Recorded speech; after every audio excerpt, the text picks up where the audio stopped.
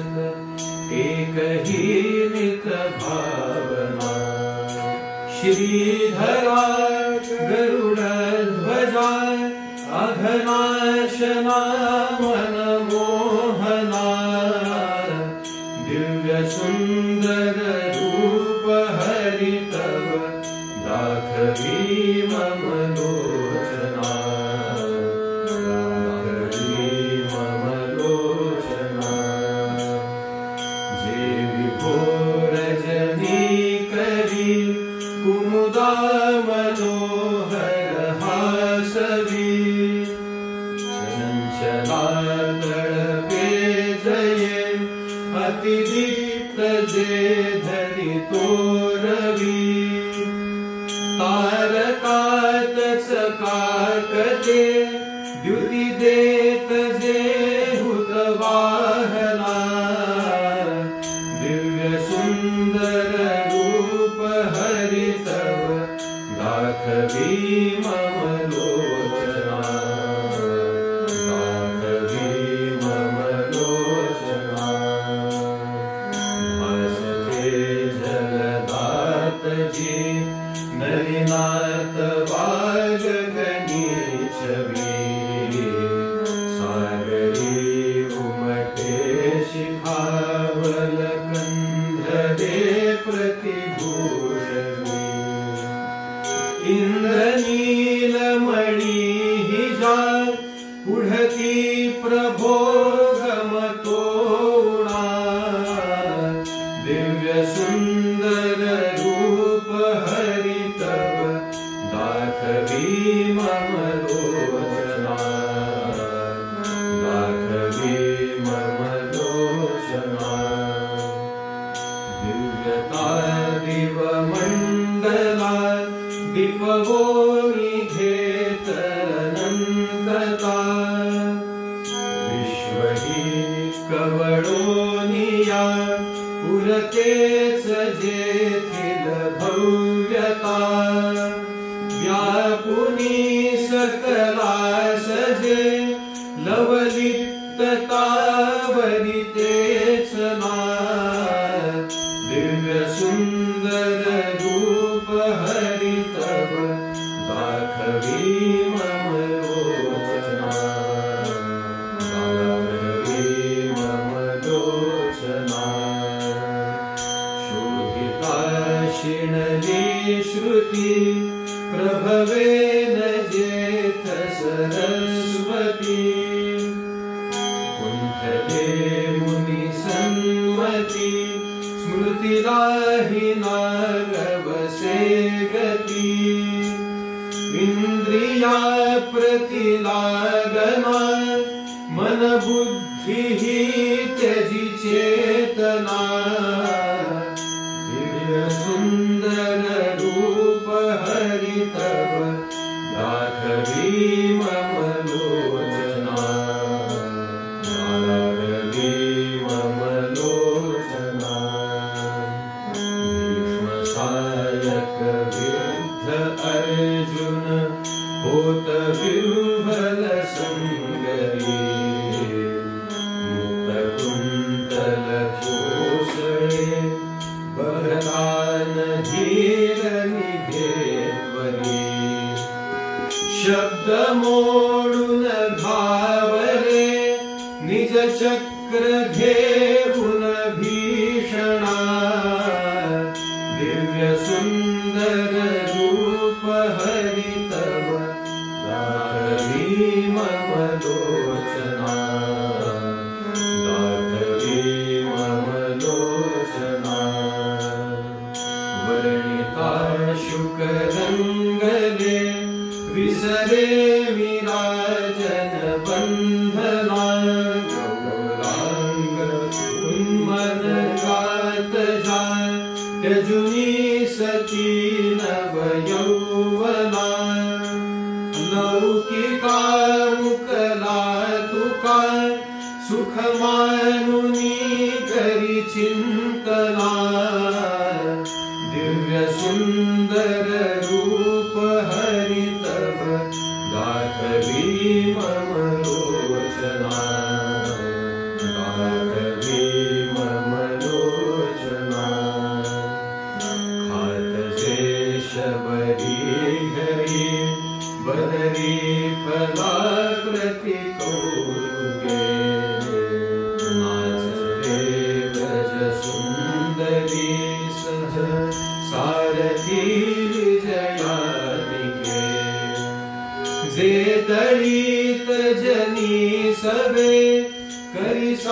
ऐकत गुरु कीर्तना दिव्य सुंदर रूप हरि तव दाखवी मम लोचना दाखवी मम लोचना पद्मजा बसली पदा जवळी जया प्रतिमोहुनी वल्लभी रमया इथे जनरीत लौकिक सोडुनी नाउरे विषयी रुची जरी एकदा जडले मना दिव्य सुंदर रूप हरि तव दाखवी मम लोचना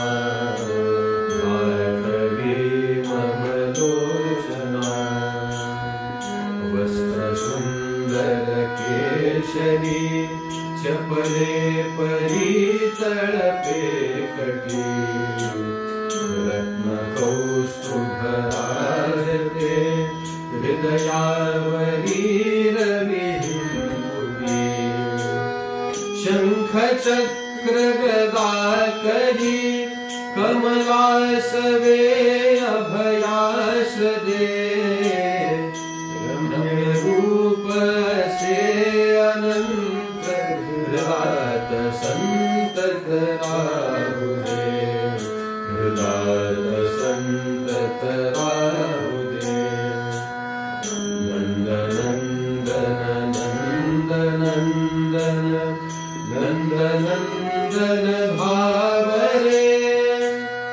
नंदनंदन नंदनंदन नंदनंदन पावरे झणी धावरे प्रभु पावरे झणी धावरे प्रभु पावरे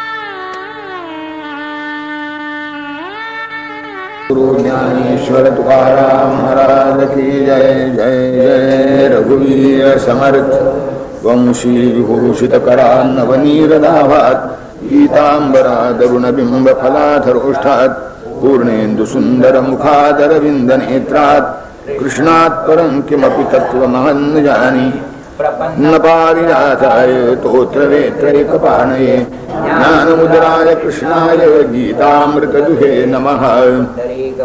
हरि विठ्ठल कर्माकर्म विवेक मूढ़ मनसां बुद्धिं विधाय स्थिरां मोहध्वान्तमपाकरोति नितरां यस्य प्रभा चिन्मयी यस्मिन् ब्रह्मणि राजते जगदिदं सिन्धौ तरङ्गोपमं तं विश्वेशमहं नमामि सततं गंगाधरं श्रीगुरुं।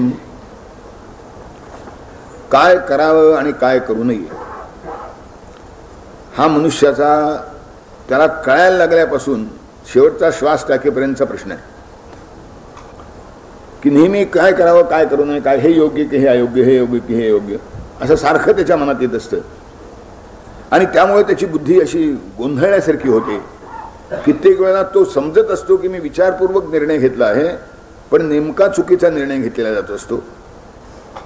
हे असं मनाचं जे गोंधळलेपण आहे हे ज्याच्या कृपेनं ज्याच्या प्रभावानं नष्ट होतं आणि बुद्धी पुन्हा स्थिर होते ते आहे ब्रह्माचं चैतन्य, ज्याची चिन्मयी प्रभा हा मोहाचा अंधार नाहीसा करून बुद्धीला नेमकं विवेक करण्याचं सामर्थ्य देतं।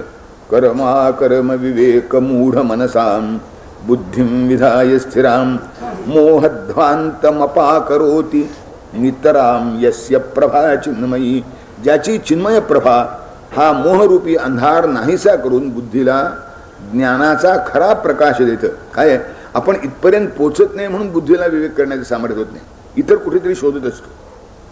ज्याच्या प्रकाशात बुद्धीला हे खरं सामर्थ्य मिळेल तिथपर्यंत आपण जात नाही, म्हणून बुद्धीचा गोंधळ कधी नाहीसा होत नाही. हे सर्व विश्व ज्याच्यावर समुद्रावर ज्याप्रमाणे लाटा उठाव्यात त्याप्रमाणे निर्माण झालेले आहे. यस्मिन् ब्रह्मणि राजते जगदिदं सिंधौ तरंगोपमम. सिंधूवर जसा तरंग असावा, समुद्रावर जसा लाटा असाव्यात, त्याप्रमाणे हे सर्व विश्व ज्याच्यावर लाटासारखं उत्पन्न झालेलं आहे.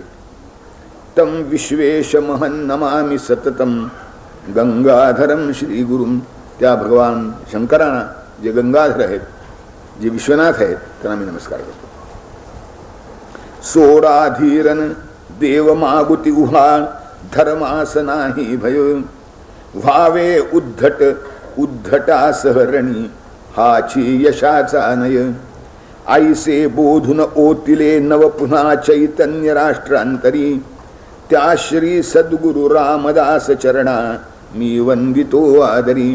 ज्या रामदास स्वामींनी आपल्या जीवनामध्ये महाराष्ट्राला आलेली मरगळ दूर करून खडे रहा भवाच्या भये काय, ते शब्दच असे आहेत की जेव्हा त्यांच्या तोंडून बाहेर पडत असतील तेव्हा नामरदाला सुद्धा असं स्फुरण चढत असलं पाहिजे.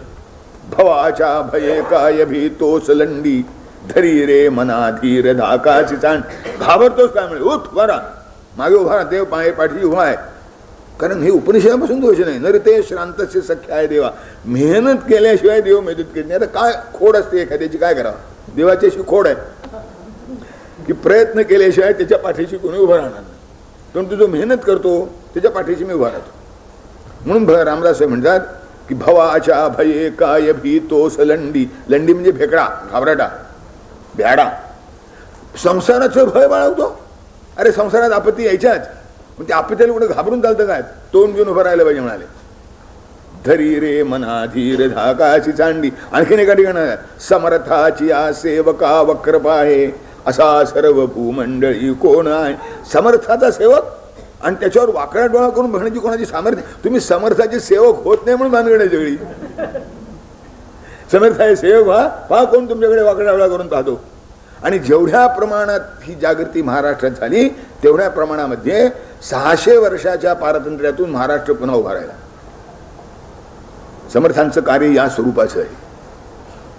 आणि त्यांनी राजकारण सांगितलं. घटासी लावावा धट, उद्धटासी उद्धट, खटनटासी खटनट झालेच पाहिजे.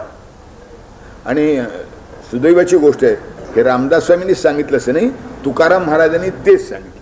विंचू देव्हाऱ्याशी आला, देवपूजा नावडे त्याला, तेथे पैजाराचे काम व्हावे अधमासी अधम. अरे संत मंडळी एक बोलतात, आपण आपल्या सोयी करता त्यांच्या वाटण्या करतो, हे असेल ते तसे. संत म्हणला की तो एका भाषेत बोलणार, तीच भाषा सांगणार. आता प्रसंग कसा ती गोष्ट झाली. ज्ञानेश्वरी सुद्धा ते आलं असतं, पण काय करणार, ज्ञानेश्वरी लिहून होईपर्यंत महाराष्ट्र मोठा सुखी होता. नंतर 4 वर्षांनी आक्रमण झालं तुमच्या अल्लाउद्दीन खिलजीचं. 4 वर्षांनी नंतर तो पण महाराष्ट्र चांगला होता. तेव्हा असं धैर्य देऊन ज्यांनी समाजामध्ये उभा, आणि इतकंच नाही तर लोकांना आश्वासन मिळावं म्हणून त्याच्यानंतर कितीतरी वर्षांनी नंतर घडलेली घटना आहे. रामदास स्वामींना स्वप्नात ती आधी दिसली आणि आपलं त्यांनी ते स्वप्न प्रगट केलं. म्हणजे बुडाला औरंग्या पापी लेंच संहार झाला, मांडिली मोडली क्षेत्रे आनंदवन भुवनी. औरंग्या पापी बुडाला म्हणाले. हे सगळे जे तुमचे धर्माच्या विरुद्ध उभे राहणारे आहेत ना, यांचा संहार झालेला आहे. हे झालं खरं, पण पुढे 27 वर्षांनी झालं. पण खरं झालं, आणि खरंच झालं. इतका मोठा औरंगजेब इथे 19 वर्ष धुमाकूळ घालत होता. शेवटी त्याचे थडवे इथेच बांधले गेले. त्याला काय महाराष्ट्रातून सरळ बाहेर पडता आला नाही. आणि त्यानं जी अपेक्षा केली होती त्यातलं एवढं सुद्धा यश त्याच्या वाट्याला आलेलं नाही. जितके किल्ले त्याने गमावले तितके किल्ला घेतला की पुन्हा याच्या ताट्यात, म्हणजे आट्यापाट्याला खेळ चालतो ना, तसं चाललं होतं. त्यावेळेला आपल्याकडे कुणीही एक समर्थ राजकीय नेता नव्हता, तरी सुद्धा महाराष्ट्रामध्ये चैतन्य कसं उभं राहिलं. सोडा धीरन देव मागुती उभा धर्मास नाही. तुम्ही सदाचरणाने चालता ना, धर्म तुमच्या पाठीशी आहे ना, धर्माकरता प्रयत्न करता ना, मग देव तुमच्या पाठीशी उभा आहे. काय घाबरता का? ज्याला म्हणाले केल्याने होत आहे रे. किती ठिकाणी हडबडू गडबडू नका. समर्थ सांगतात त्यांची एक शब्दच अशी आहे की खरंच चैतन्य स्फुरावं. गडबडता काय म्हणाले, कारण केल्याने होत आहे रे आधी केलेची पाहिजे यत्न तो देव जाणावा. फक्त एकच आहे, अंतरी धरिता बरे. अंतःकरणामध्ये चांगला विश्वास ठेवावा, ध्येय चांगलं असावं, उदात्त असावं आणि प्रयत्न केला पाहिजे, फळ मिळालंच पाहिजे म्हणतात. त्या रामदास स्वामींना माझा नमस्कार असो.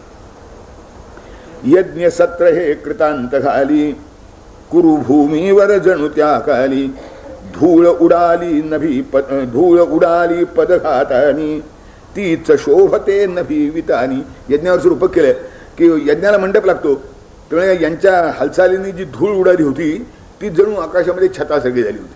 तीच शोभते नभी वितानी वीरवरांच्या रथी पताका गुढ्या तोरणे त्याच जणू का. क्रोध पेटला पांचालीचा अग्नी तोच या समरमखाचा. हा जो यज्ञाग्नी आहे, यज्ञरूपी युद्धरूपी यज्ञ होणार आहे, त्याच्यामध्ये अग्नी कोण, ते द्रौपदीचा जो संताप आहे तो अग्नी आहे याचा. हविते सैनिक युप मतंग, यातले ते ज्याला बांधून तो बळी देतात त्याला युप म्हणतात. ते यज्ञस्तंभ कोण, त्यामुळे उंच उंच हत्ती आहेत ना, तिथे यज्ञातले युप आहेत. युप मतंगज होता अर्जुन धवी चढवी निज. हवन करणारा कोणीतरी लागतो, म्हणजे अर्जुन हवन करणार आहे. सुर्वे तेथची शस्त्रे नाना, त्या पळ्या लागतात निरण्या प्रकारच्या. ती नाना प्रकारची जी शस्त्र आहेत ती ह्या यज्ञातल्या पळ्या आहेत निरण्या प्रकारच्या. गणा उपाकृत अंध पशूना, आणि अंधसुता, आणि ज्यांना विशेष बळी द्यायचा असतो त्याची आधी पूजा करायला लागते, त्याला उपाकृतच म्हणतात. खास बळी, नेहमीच्या आहुती निराळ्या आणि बळी निराळा. ते यज्ञामधले विशेष बळी कोण, म्हणजे सगळे आंधळ्याची पोरं, हे सगळे 100 कौरव जे आहेत ते सगळे विशेष बळी आहेत म्हणले जाते. ध्वनी ते टणत्कार जे शरासनांचे ध्वनी ते स्वाहा तसे स्वधेचे. स्वाहा स्वधा म्हणतात आहुती देताना ज्याला उद्देशून असेल त्याप्रमाणे. तर शरासनांचे आणि शस्त्रांचे जे टणत्कार आहेत तेच या आहुतींचे स्वाहा सदा आहेत. कंकण बांधी धर्म युधिष्ठिर, तर कुणीतरी कंकण बांधावं लागतं त्या यज्ञाचं, यजमानपण स्वीकारावं लागतं. तर युधिष्ठिराने यजमानपद स्वीकारलं म्हणाला. आणि मग त्याला पत्नी लागते, त्यामुळे सेना पत्नी व्रतास तत्पर. संबंध सेना ही जणू त्याची पत्नी आहे आणि ती त्या यज्ञाची दीक्षा घेऊन सिद्ध झालेली.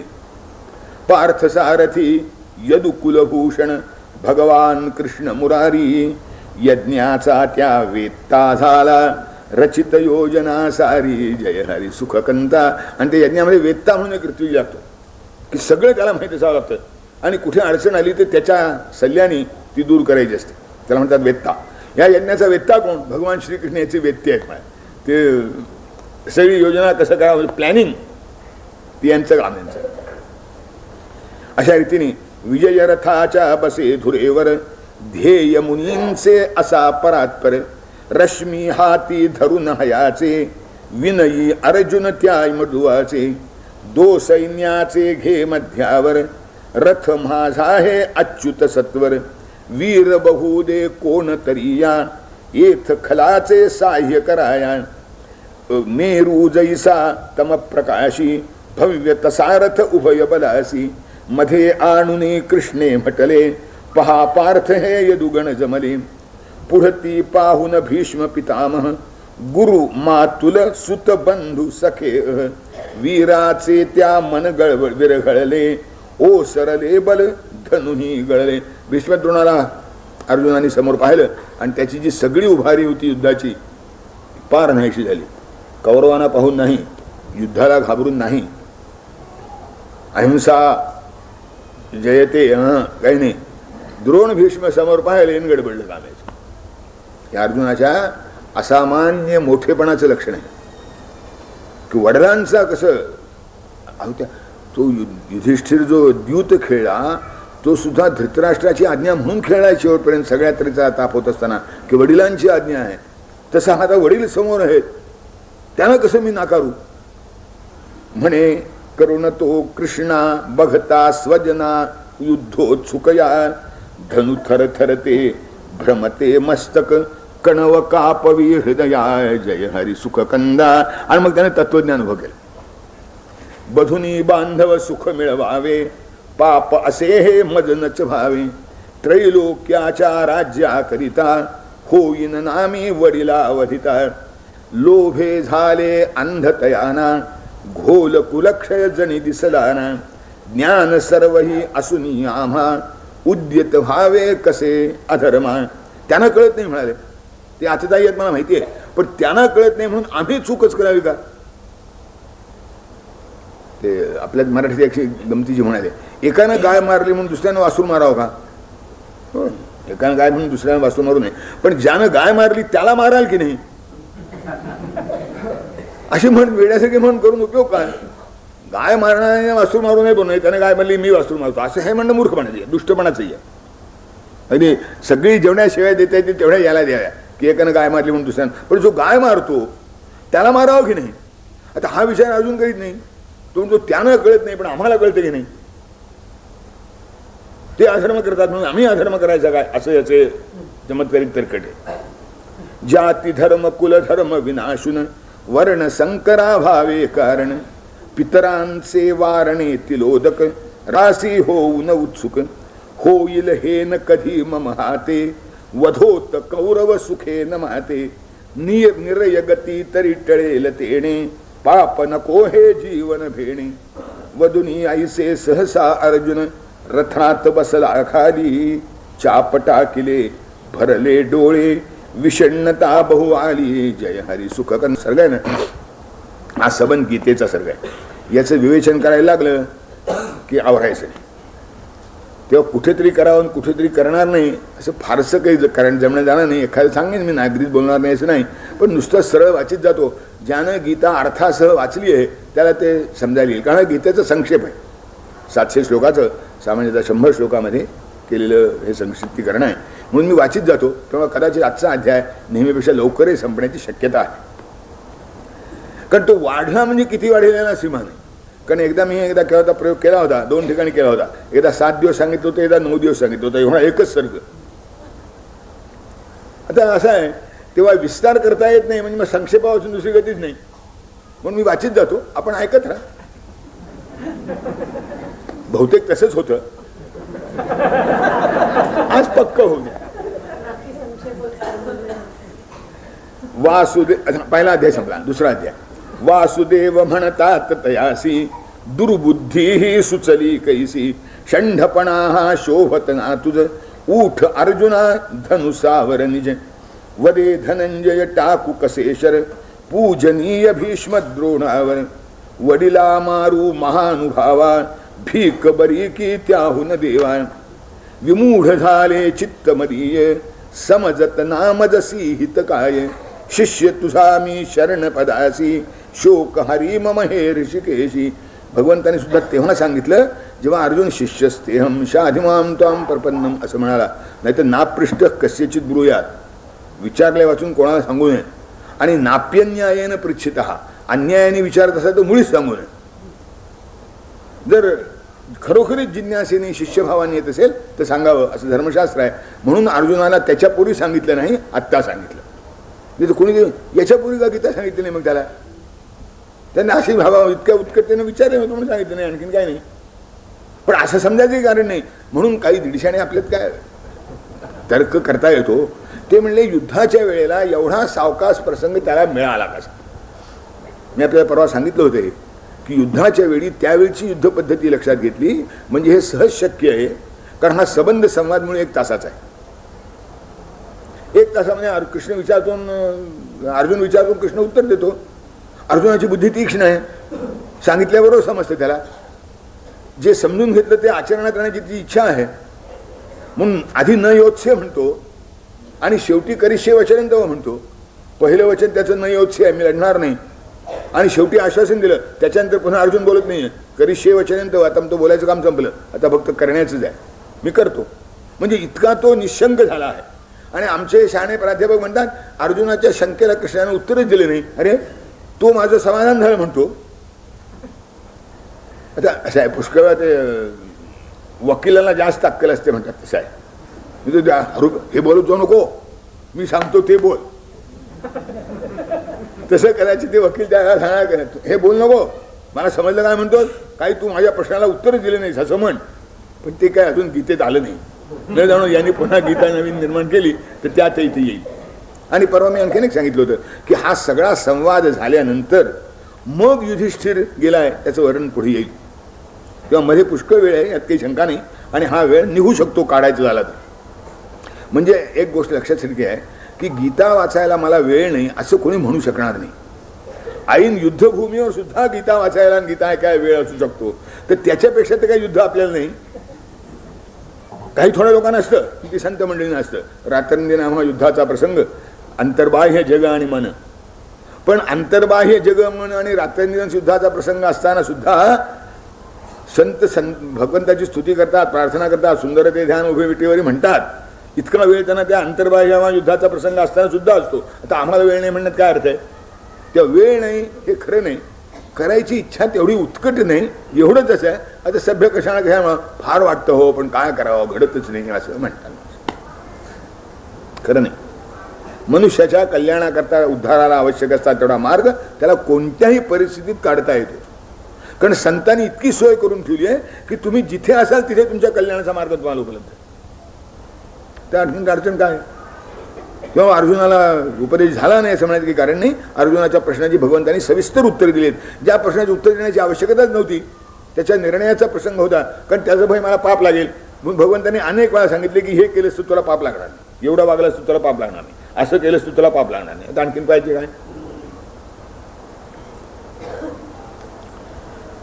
ठीक आहे म्हणाले भगवान. सांगता म्हणाले शक्य मला ना लढणे तोवर, देई प्रभू उपहासून उत्तर, नको तयाचा शोक करीसी, वदसी वाचा प्राज्ञपणेसी. मोठा शहाणा ग्लास म्हणाले, ज्याचा शोक करू नये त्याचा शोक करतो आणि विद्वानासारखं बोलतो.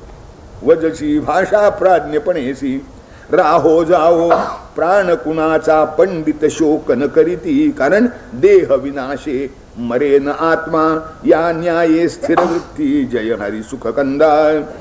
आत्मा शाश्वत विभू अविकारी, बघता होती विस्मित सारी, भूते परी असती क्षणभंगुर, शोक तयाचा व्यर्थ खरोखर.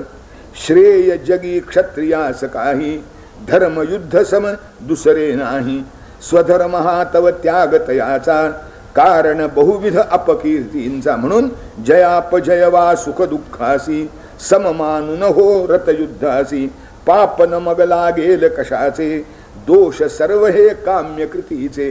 प्रयत्न हे माणसाचं यश आहे म्हणाले, तर त्या प्रयत्नातून यश निर्माण होईल की होणार नाही हा विचार काही करायचं कारण नाही. योग्य ध्येय ठरवावं आणि त्या दिशेने प्रयत्न करीत असावा. मिळालं तर ते मिळालं, नाही तर नाही. आपण ऑलिम्पिक झोन मध्ये लढतो नाही का, तसं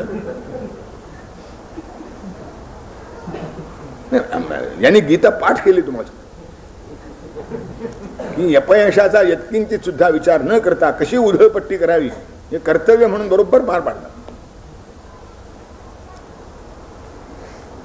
भगवंतांनी अर्जुनाला यशापयशाचा विचार न करता युद्ध कर म्हणून सांगितलं, पण शेवटी जो निर्णय झालाय तो यशाच्या पक्षाने झाला आहे. आधीच विचार करीत बसला म्हणजे कर्तव्याला बाधा येते म्हणून ते करायचं नसतं. ज्याला इंग्रजीमध्ये कॉन्शियस म्हणतात. मनुष्य एखादी गोष्ट करायला मनुष्य कॉन्शियस झाला की त्याच्यावर दडपण येतं. नको ते दडपण नेहमी यशापयशाचं असतं. ते खेळाच्या वेळेला युद्धाच्या वेळेला तुझ्या मनात असता कामा नये. ते सममान आणि युद्ध करणार म्हणजे तुला पाप लागणार नाही. जयापजय वा सुख दुःखासी, सममानुन हो रतयुद्धासी, पाप न मग लागेल कशाचे, दोष सर्व हे काम्य कृतीचे. भोग लोलुपा असता बुद्धी, स्थिरतेची नच साभत सिद्धी, टाक सर्व ही त्रिगुणोपाधी, सोड फलाशा मिळे समाधी. तेव्हा अर्जुन विचारतो स्थिर बुद्धीचे लक्षण मजसी, सांग केशवासारे. भगवान एका ओळीत सांगतात म्हणे हरी टाकिता वासना, स्थित प्रज्ञ तो बारे, जय हरी सुख कंदा. आपुला आपण तुष्ट असे जो, वीत राग भय रोष सदा जो, आवरुनी इंद्रिया समत्पर, विषयन चिंती सर्वनाश कर. निजे जिथे जागे इतरे जन, कामे तृप्ती नच हे जाणून. एकाने मला विचारलं म्हणे का हो या निशा सर्वभूतानाम तस्यान जागृती संयमी यस्यान जागृती भूतानी सा निशा पश्यतो म्हणे. म्हणजे सगळे रात्रपाळीचे कामगार का? आता काय सांगा रात्रपाळीचे कामगार नाही. ज्या गोष्टीच्या बाबतीत मनुष्य सावध असतो, दक्ष असतो, हे झालंच पाहिजे म्हणतो, त्या बाबतीत हा उदास असतो. आणि जिथे सर्वसामान्य मनुष्य जाऊ द्या जमलं तर बरं असं म्हणत राहतो, तिथे अत्यंत दक्ष असतात, असा त्याचा अर्थ आहे. की जी आपण जिथे दक्ष असतो सामान्य मनुष्य, तिथे उदासीन असतात. जिथे आपण उदासीन असतो तिथे दक्ष असतात. निजे जिथे जागे इतरे जनका. आपण कशा करता दक्ष असतो, यांनी हे लाभेल म्हणून. कामे तृप्ती न चहे जाणून. निस्पृह निर्मम निरहंकारी असा जो असतो, शांती सुखाचा तो अधिकारी. स्थितधी पुरुषाचे हे लक्षण. ब्राह्मी स्थिती मोह विनाशन. लाभ हिचा उशिरा झाला तरी लाभ हिचा होऊनही अंती. ब्रह्मरूप त्या मिळते मुक्ती. दुसरा अध्याय समाप्त. तिसऱ्याचा आरंभ. बुद्धी श्रेष्ठा जर कर्माहून. लाविसी कामग कार्या दारुण. गोंधळ केला अधिकची माझा. एक हिताचे वदय दुराजा. त्या अर्जुनाच्या मनात ते काही जात नाही की तुम्ही मला एकदा ज्ञान चांगलं म्हणता, एकदा कर्म चांगलं म्हणता. जर बुद्धी श्रेष्ठ आहे तर नको त्या कर्म करण्याच्या मागे मला लावता का. भगवंतांनी सबंध गीताभर याचं उत्तर दिलं आहे की ज्ञान चांगलं आहे, पण ज्ञान चांगलं याचा अर्थ कर्माचा त्याग करावा लागतो असं नाही. ज्ञानानं केलेलं कर्मच ज्ञानरूप होतं, ते न केल्यासारखं होतं. नैष्कर्म्य सिद्धी नुसती स्वस्थ बसल्याने म्हणजे तर आळशी सगळ्यात नैष्कर्म्य सिद्ध. म्हणून भगवान स्वच्छ शब्दात सांगतात, न कर्मणा मनारंभान नैष्कर्म्यम पुरुषोष्णोती न च संन्यसना देव सिद्धीम समधिगच्छति. कर्म टाकून दिली म्हणजे सिद्धी प्राप्त होते असं नाही, किंवा नुसतं स्वस्थ बसलं म्हणजे नैष्कर्म्य प्राप्त होत असं नाही. कर्मण्य कर्मयः पश्येद अकर्मणीच कर्मयः सबुद्धिमान मनुष्येषु सयुक्त कृत्स्न कर्मकृत. पुन्हा शब्द तेच आहे की युक्त हा कृत्स्न कर्मकृत. कृत्स्न म्हणजे सगळी कर्म जो योग्य रीतीने करतो सयुक्त हा. सगळी कर्म, त्यात अपवाद काही नाही. प्रत्येक कर्म तुला योग्य रीतीने करता आलं पाहिजे. कर्म टाकणं म्हणजे नैष्कर्म्य नव्हे. तेव्हा भगवान सांगतात, वदती भगवान कथिल्या पूर्वी ज्ञान कर्म निष्ठामी. कर्मे टाकून नैष्कर्म्य नये. शक्य न वासनी कामी. जय हरी सुख कंदा नाही कश्चित क्षणमपी जातु तिष्ठत्य कर्मकृत. काम न करता कुणी बसतो म्हटलं तर ते खोटं आहे. हा, मी ज्ञानेश्वरी न वाचता बसतो म्हणणं शक्य आहे. पुष्कळच तसे बसतात, काही विशेष नाही. पण मी ज्ञानेश्वरी वाचित नाही म्हणजे कामच करणं सोडून मी असं होत नाही. श्वासोश्वास तो करशील ना. नाही कश्चित क्षणमपी जातु तिष्ठत्य कर्मकृत. कर्म न करता एक क्षण सुद्धा कोणाला बसता येणार नाही. कर्म करावंच लागतं. आता करावंच जर लागतं तर योग्य का करायचं नाही, अयोग्यच का करायचं. माणसाचं कसं होतं म्हणाले, देह आवरी ध्यास मनाते. हे न खरे तू त्यज संगाते. यज्ञ येतहा जन कल्याणा. ब्रह्म सर्वगत यज्ञी जाणा. कार्य नसे जरी आत्मरतासी. झटतो तो परिलोकहितासी. जनक समासी याही सिद्धी. जनार्थमीही घेत उपाधी. जो आत्मरत आहे त्याला काही कर्तव्य जरी नसलं तरी तो पुष्कळ वेळा लोकांकरता ती कामं करीत असतो. दुर्दैवाची गोष्ट अशी आहे, हा आपल्याकरता काम करतो हे लोकांना कळत नाही. आणि मग हे असं कसं करतात असं विचारतो. जनक समासी याही सिद्धी. जनार्थमीही घेत उपाधी. इतकंच नाही तर चळवावी नच बुद्धी जनांची. मूर्ख समजतो करता मीची. खेळ गुणांचा ज्ञाता मानी. लढतू कर्मे मज अर्पोनी. विनाश होतो त्यजिता मम मत. भला स्वभावा धरुनी वागत. गवसावे नच राग द्वेषी. गणून भयावह परधर्मासी. पापा होतो प्रवृत्त कानर. या प्रश्ना हरी सांगे. क्रोध काम हे रजो गुणाचे. प्रेरित त्या बलवेगे. जय हरी सुख कंदा. अनेक वेळा मी याची चर्चा केली असेल, पण पुन्हा एक लक्षात ठेवलं पाहिजे, हातून माणसाच्या वैद घडलं म्हणजे तरी भगवंताच्या इच्छेने मिळालं म्हणतो. याच्या इतकी जगात दुसरी लुच्चगिरी कोणती नाही. भगवान स्वतः हातून जे वैद घडतं त्याचं कारण भगवंताची इच्छा सांगत नाहीत. काय सांगतात, कामयश क्रोधेश रजोगुण समुद्भवा. तुमच्या अंतःकरणातले जे कामक्रोध आहेत ते तुमच्या हातून वैद घडवतात तुमची इच्छा नसताना. अर्जुनाचा प्रश्न तसाच आहे. अथकेन प्रयुक्तोयम का पापम चरती पुरुषः अनिच्छन्न पिवार्ष्णेय बलादिव नियोजितः. जणू खेचून आणल्यासारखा मनुष्य पापाकडे का जातो, खेचून आणल्यासारखा. चल म्हणलं तरी जात नाहीत लोक, आणि इथं खेचून आणल्यासारखे येतात. का? हे कोण करतं, कोण आणतं त्याला खेचून? दुर्योधन आहे लुच्चा, तो देतो तुमच्यासारखं आपल्यासारखं उत्तर. परंतु काय करावं? जानामि धर्मम नच मे निवृत्ती, जानाम्य धर्मम नच मे प्रवृत्ती. म्हणजे काय रे, केनापि देवेन हृदय स्थितेन यथा प्रवृत्तश्च तथा करोमी.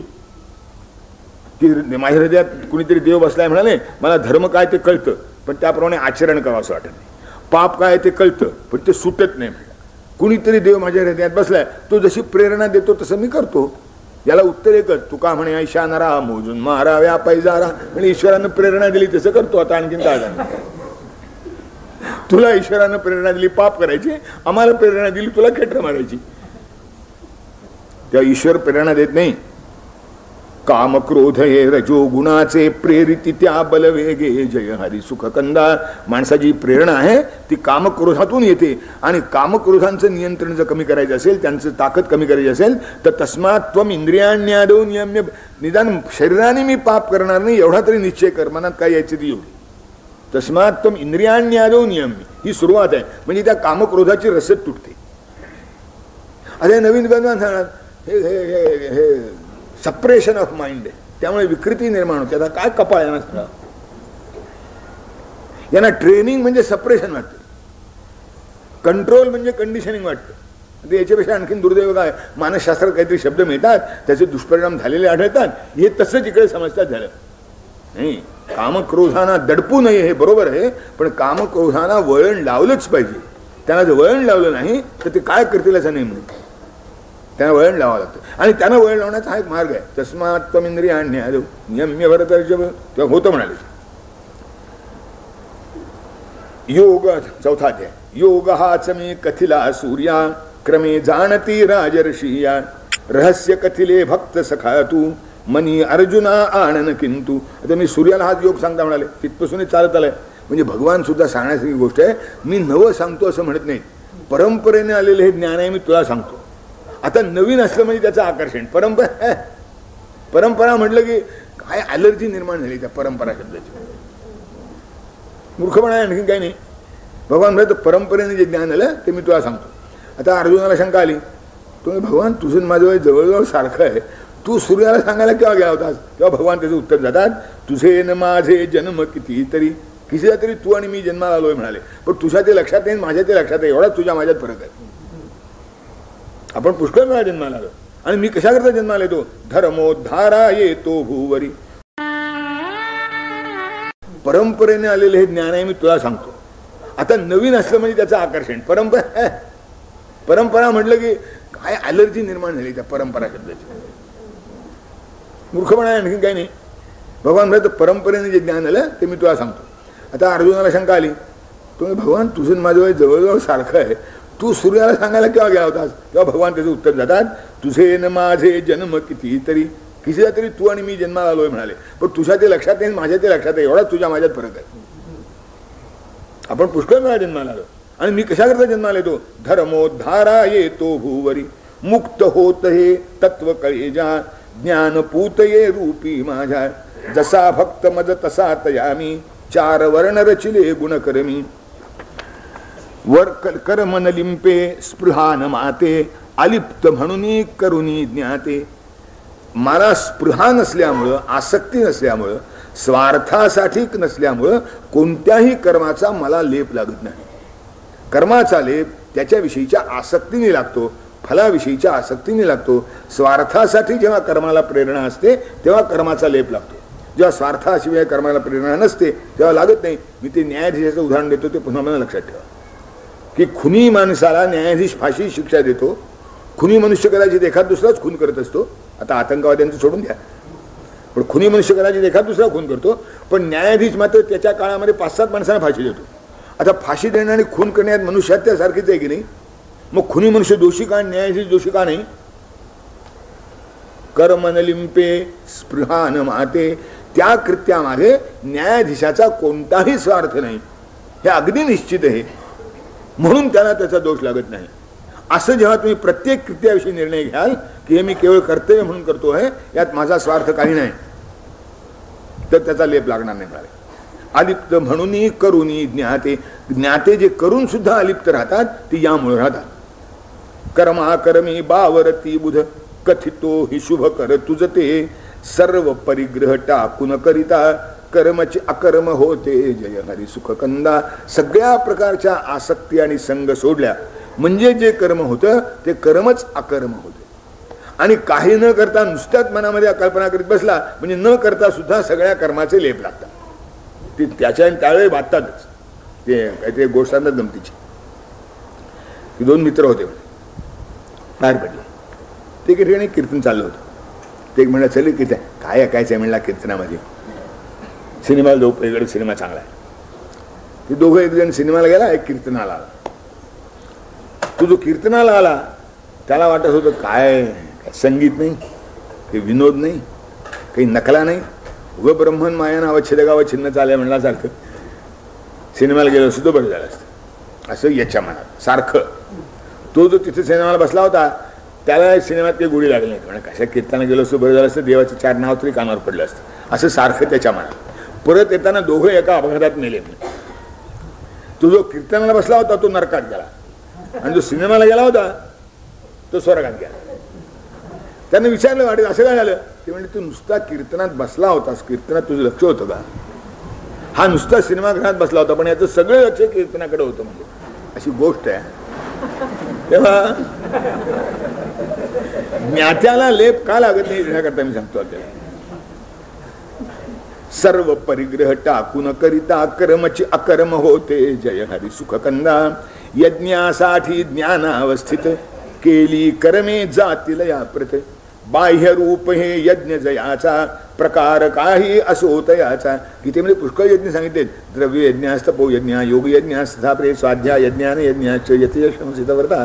कारण शेवटी सगळं टाकलं तरी यज्ञकर्म यज्ञदान तपकर्म न त्याज्यं कार्यमे होतात. म्हणजे 18व्या अध्यायामध्ये सुद्धा भगवंतांनी निर्णय सांगितलाय की यज्ञदान तप हे टाकता कामा नाही. ते केलंच पाहिजे भले कोणी कसाही असो. फक्त त्याचं स्वरूप बदले त्याच्या प्रकारे पण करावं लागणार नाही असं कधीच होत नाही.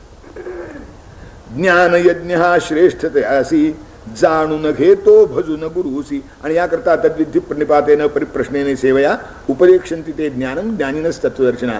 ज्ञान यज्ञ जो आहे तो ज्ञान म्हणजे काय हे गुरुला शरण जाऊन त्याची सेवा करून असे मिळव पाहिजे. ज्ञाना समना पवित्र काही सर्व त्यामध्ये जळून जाई. नाही ज्ञानेन सदृशम पवित्र विद्यते. ज्ञानासारखं पवित्र काही नाही सगळं त्यामध्ये नाहीच होतं म्हणाले. अश्रद्धा संशय बहुघातक लोकन दोन्ही तयेन वा सुख. छेद अर्जुना सत्वर त्यासी ज्ञान खडग घे ऊठ करासी. संशयात्मा विनश्यती लक्षात ठेवून आले. शंका याला अडचण नाही. शंकेमध्ये फक्त जिज्ञासा असते आणि संशयामध्ये स्वतःच्या शहाणपणाचा अहंकार असतो की मला पटत नाही. माहित नाही म्हणून विचारणं आणि पटत नाही म्हणून वादविवाद करणं यामध्ये जमीन अस्मानचं अंतर आहे. ते संशय जो आहे तो हा पटत न जातीचा आहे आणि शंका जी आहे ती फक्त माहिती मिळवायची असते त्याला. तेव्हा हे सोडून नाही मिळाले. तू 5वा अध्याय. संन्यासाची गासी महती कर्मयोग ही कृष्णा पुढती. एक सांग मग म्हणे मुरारी सांख्य योग दोन्ही हितकारी. पुन्हा भगवान तेच सांगतात. हा म्हणतो काहीतरी एक सांग. हे म्हणतात एक सांगू कसं. जर ज्या स्वरूपाचं आहे त्या स्वरूपात सांगितलं पाहिजे की नाही. तर जसा अधिकार कर्मयोगाचा आहे तसाच ज्ञानयोगाचा आहे. दोन्ही काही अंतर नाही. अज्ञमानिती भेद तयासी बाला असं म्हटले. सांख्य योग पृथक बाला प्रवदंती न पंडिता. अज्ञमानिती भेद तयासी एकच फल दोघांचे. त्यात जर तुलनाच केली कर्मयोग हा सुलभ कष्ट बहु होती संन्यासाचे जय हरी सुख कंदा. संन्यासाचे कष्ट फार आहेत. कर्ममार्ग त्या मानाने सुख आहे. नाहीतरी सुखे असावे संसारी सगळ्यात उत्तम. करणे अपुऱ्या विषया घेती लेपतयाचा लवना चित्ती. ईशन कारण भल्या पुरासी मोह पडे तो अज्ञानासी. हर्षोद्वेगा वावन राही समदर्शी ते सर्वाठाई. बाह्य स्पर्शज भोग दुःख कर तेथन योगी रमवी अंतर. केवळ इंद्रियांचं सुख म्हणजे सुख ही धारणा शहाण्याची नसते योग्याची नसते. कर्मयोगी जो निष्काम कर्मयोगी आहे त्याची नसते. संन्यासातही तीच नसते. केवळ इंद्रियद्वारा होणारं जे सुख आहे तेवढंच सुख आहे अशी धारणा त्याची नसते. बाह्य स्पर्शज भोग दुःख कर. उलट असलेच तर ते खऱ्या अर्थाने वासना वाढवणारे आसक्ती वाढवणारे असल्यामुळे दुःखात परिणत होण्याची शक्यता जास्त आहे. योगी जो आहे ते थन योगी रमवी अंतर. म्हणून त्या बाह्य स्पर्श जे सुख दुःख आहेत त्यामध्ये हा रमत नाही. त्याचं लक्ष आणखीन कुठेतरी वेगळ्या ठिकाणी असतं.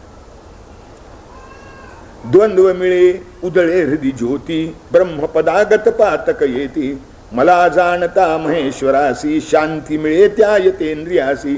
5वा संपला. 6वा, कर्म करी सोडून फलाश्रय, तो योगी तो यतीन अक्रिय, विषय कर्म संकल्पा टाकी, पदवी योगारूढ तया की. योगारूढ कोण होतो?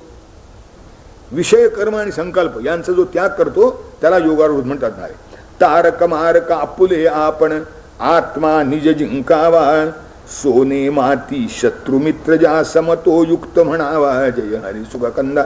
उद्धरेद आत्मनात्मानम. आपला उद्धार आपण आपल्याला करून घ्यायचा असतो. आपला अधपात आपण करून घेतो. कुणीतरी आपल्याला उचलून नेईल हे खरं नसतं. आपलं आपल्याला चालावं लागतं. आणि त्यासाठी समबुद्धीचा विकास करावा लागतो. निर्णया ज्या प्रेरणा माणसाला येतात त्याच्या अंतःकरणामध्ये जी निराळी चंचलता येते त्या बाह्यातल्या विशेषतेच्या ज्ञानामुळे येते. ही विशेषता गेली तिथे समबुद्धी असं त्याला वाटलं की येणारी जी चंचलता आहे ती त्याची नाहीशी होती. म्हणून सोने माती शत्रू मित्र ज्या सम तो युक्त म्हणावा. समलोष्टाश्म कांचना समशत्रौच मित्रेच. शत्रू आणि मित्र असो, दगड आणि माती असो, सोनं आणि ढेकूळ असो, तो दोन्हीकडे सारखाच आहे. सोने माती शत्रू मित्र ज्या शुभतो युक्त समतो युक्त म्हणा. साधन सांगतो त्याला. हे कसं साधावं त्याची साधना नाही असं नाही आहे. एकांतासी शुभासनावर करून बसावे देह मन स्थिर, ध्यान करावे मम यत चित्ते, त्या योग्या परशांती मिळते. कुठेतरी कधीतरी एकांतावर थोडा वेळ शुभ आसनावर भगवंताचं ध्यान करीत स्वस्थ बसावं. ही सवय लावून ठेवावी. ही एकदम लागत नाही. मांडी घालून सुद्धा एकदम बसवत नाही. पण कुठेतरी शुभासनावर शांतपणे बसून एकांतामध्ये ब्रह्माचं परमेश्वराचं आपलं जे आराध्य दैवत असेल त्याचं ध्यान करावं. याच्यामुळे माणसाची प्रगती होते. यात यत्किंच सुद्धा शंका आहे. त्या योग्या परशांती मिळते. हा प्रयत्न जो नियमाने करतो त्याला ती जी अत्यंत श्रेष्ठ शांती आहे ती त्याला प्राप्त होऊ शकते. युक्त वर्तनी योग सुखावह. वर्तन कसं असावं? आग्रह कोणताही नाही. नाट्यश्नतस्तु योगोस्ती नचैकांत मनश्नता. मग युक्ताहार विहारस्य युक्तचेष्टस्य कर्मसु युक्त स्वप्नावबोधस्य योगो भवति दुःखा. युक्ताहार विहार असावा. आहार योग्य असावा. युक्त नाव घेतलं नाही पदार्थाचं. त्यामुळे आपली सोय झाली की आम्ही खातो ते युक्त म्हणायला मोकळे झालो. त्या युक्ताहार विहार असावा. माणसाचा आहार आणि विहार हा युक्त असावा. प्रकृती आज बरी नाही असं समजलं की समजा आहार विहारात कुठेतरी चूक झाली आहे. निदान 20 ते 70 20 ते 60 तरी हा प्रश्न उत्पन्न होऊ नये. 20च्या आधी ठीक आहे कारण प्रकृती दुर्बल असते त्यामुळे बाहेरच्या वातावरणाचा परिणाम त्याच्यावर होऊ शकतो. 60च्या नंतरही प्रकृती दुर्बल होते. तेव्हा आजारी पडण्याची तक्रार लहान मुलांनी करावी, म्हाताऱ्याने करावी. मधल्या माणसानं आजारीपणाची तक्रार करणं हा अपराध आहे. चुकलंय काही. तो आजारी पडतो म्हणजे कुठेतरी चुकतं म्हणून आजारी पडतो आणि तो चुकलं मान्य करायला तयार नसतो. इतकं काय नाही हो. त्याला विचारा तुम्ही काय खाल्लं? काही खाल्लं नाही हो, थोडा चिवडा खाल्ला. अरे काही खाल्लं नाही हो, थोडा चिवडा खाल्ला. हे काय प्रकरण आहे? म्हणून भगवान म्हणतात की योगामध्ये उपास करावा लागत नाही. आणि आपण जो उपास करतो ना ती उपासाचा चक्क अपमान आहे. चक्क थट्टा आहे उपासाची. हां तो उपास काय खरं नाही. आता ठीक आहे मनाचं समाधान थोडंसं असतं. नाही कशाला म्हणा करा. आता काही लोकांना तो वार कमी पडतात. तुम्हाला की त्यांना दुःख असतं की 7च वार का. काही सकाळी सोडायचे, काही संध्याकाळी सोडायचे, काही दोन वेळा खायचं. फक्त ते काय उपासाचं खायचं असं आहे. निराहाराचं खायचं असं काय. याची काय आवश्यकता नाही. योग्य आहे की नाही हे ठरवलं पाहिजे. आणि याची योग्यता 2 पातळीवर मोजायची असते. एक शरीराच्या पातळीवर मोजायची असते आणि एक मनबुद्धीच्या पातळीवर मोजायची असते. कारण मनबुद्धी सुद्धा जी निर्माण होते ती आहारातून निर्माण होत असते. आहार उपनिषदांनी सांगितले त्या काळात आहार शुद्धौ सत्वशुद्धी सत्वशुद्धौ दृढा स्मृती स्मृती प्रलंबे व्याधी परिमोक्षा. की आहार शुद्ध असेल तर तुमची मनबुद्धी शुद्ध होते. मनबुद्धी शुद्ध झाली तर स्मृती शुद्ध होते. स्मृती शुद्ध झाली की तुम्हाला कसं करावं काय करावं नेमकं जे आहे त्याचं ज्ञान होतं. इतकं महत्व आहे त्याला. म्हणून भगवान म्हणतात युक्तवर्तनी योग सुखावह परिणाम आत्मनि होते स्थिर मन निस्पृह सुख आत्यंतिक मिळे अतिंद्रिय मोठे दुःखही नुपजवी मग भय. आत्यंतिक सुख त्याला प्राप्त होतं आणि मोठ्यातलं मोठं दुःख जरी प्राप्त झालं तरी तो चंचल होत नाही. आम्ही असं गृहीत धरलेलं असतं हा माळवाला आहे, हा विठ्ठल विठ्ठल करतो, हा वारीला जातो, हा ज्ञानेश्वरी वाचतो, याच्यावर दुःख येतच का? मग आम्ही काय वाईट हे त्याच्यानंतर पुन्हा म्हणजे ज्ञानेश्वरी वाचून जर तुम्हाला दुःख भोगावं लागतं तर आम्ही वाचत नाही ते बरे नाही का, असा निर्णय असतो त्याचा.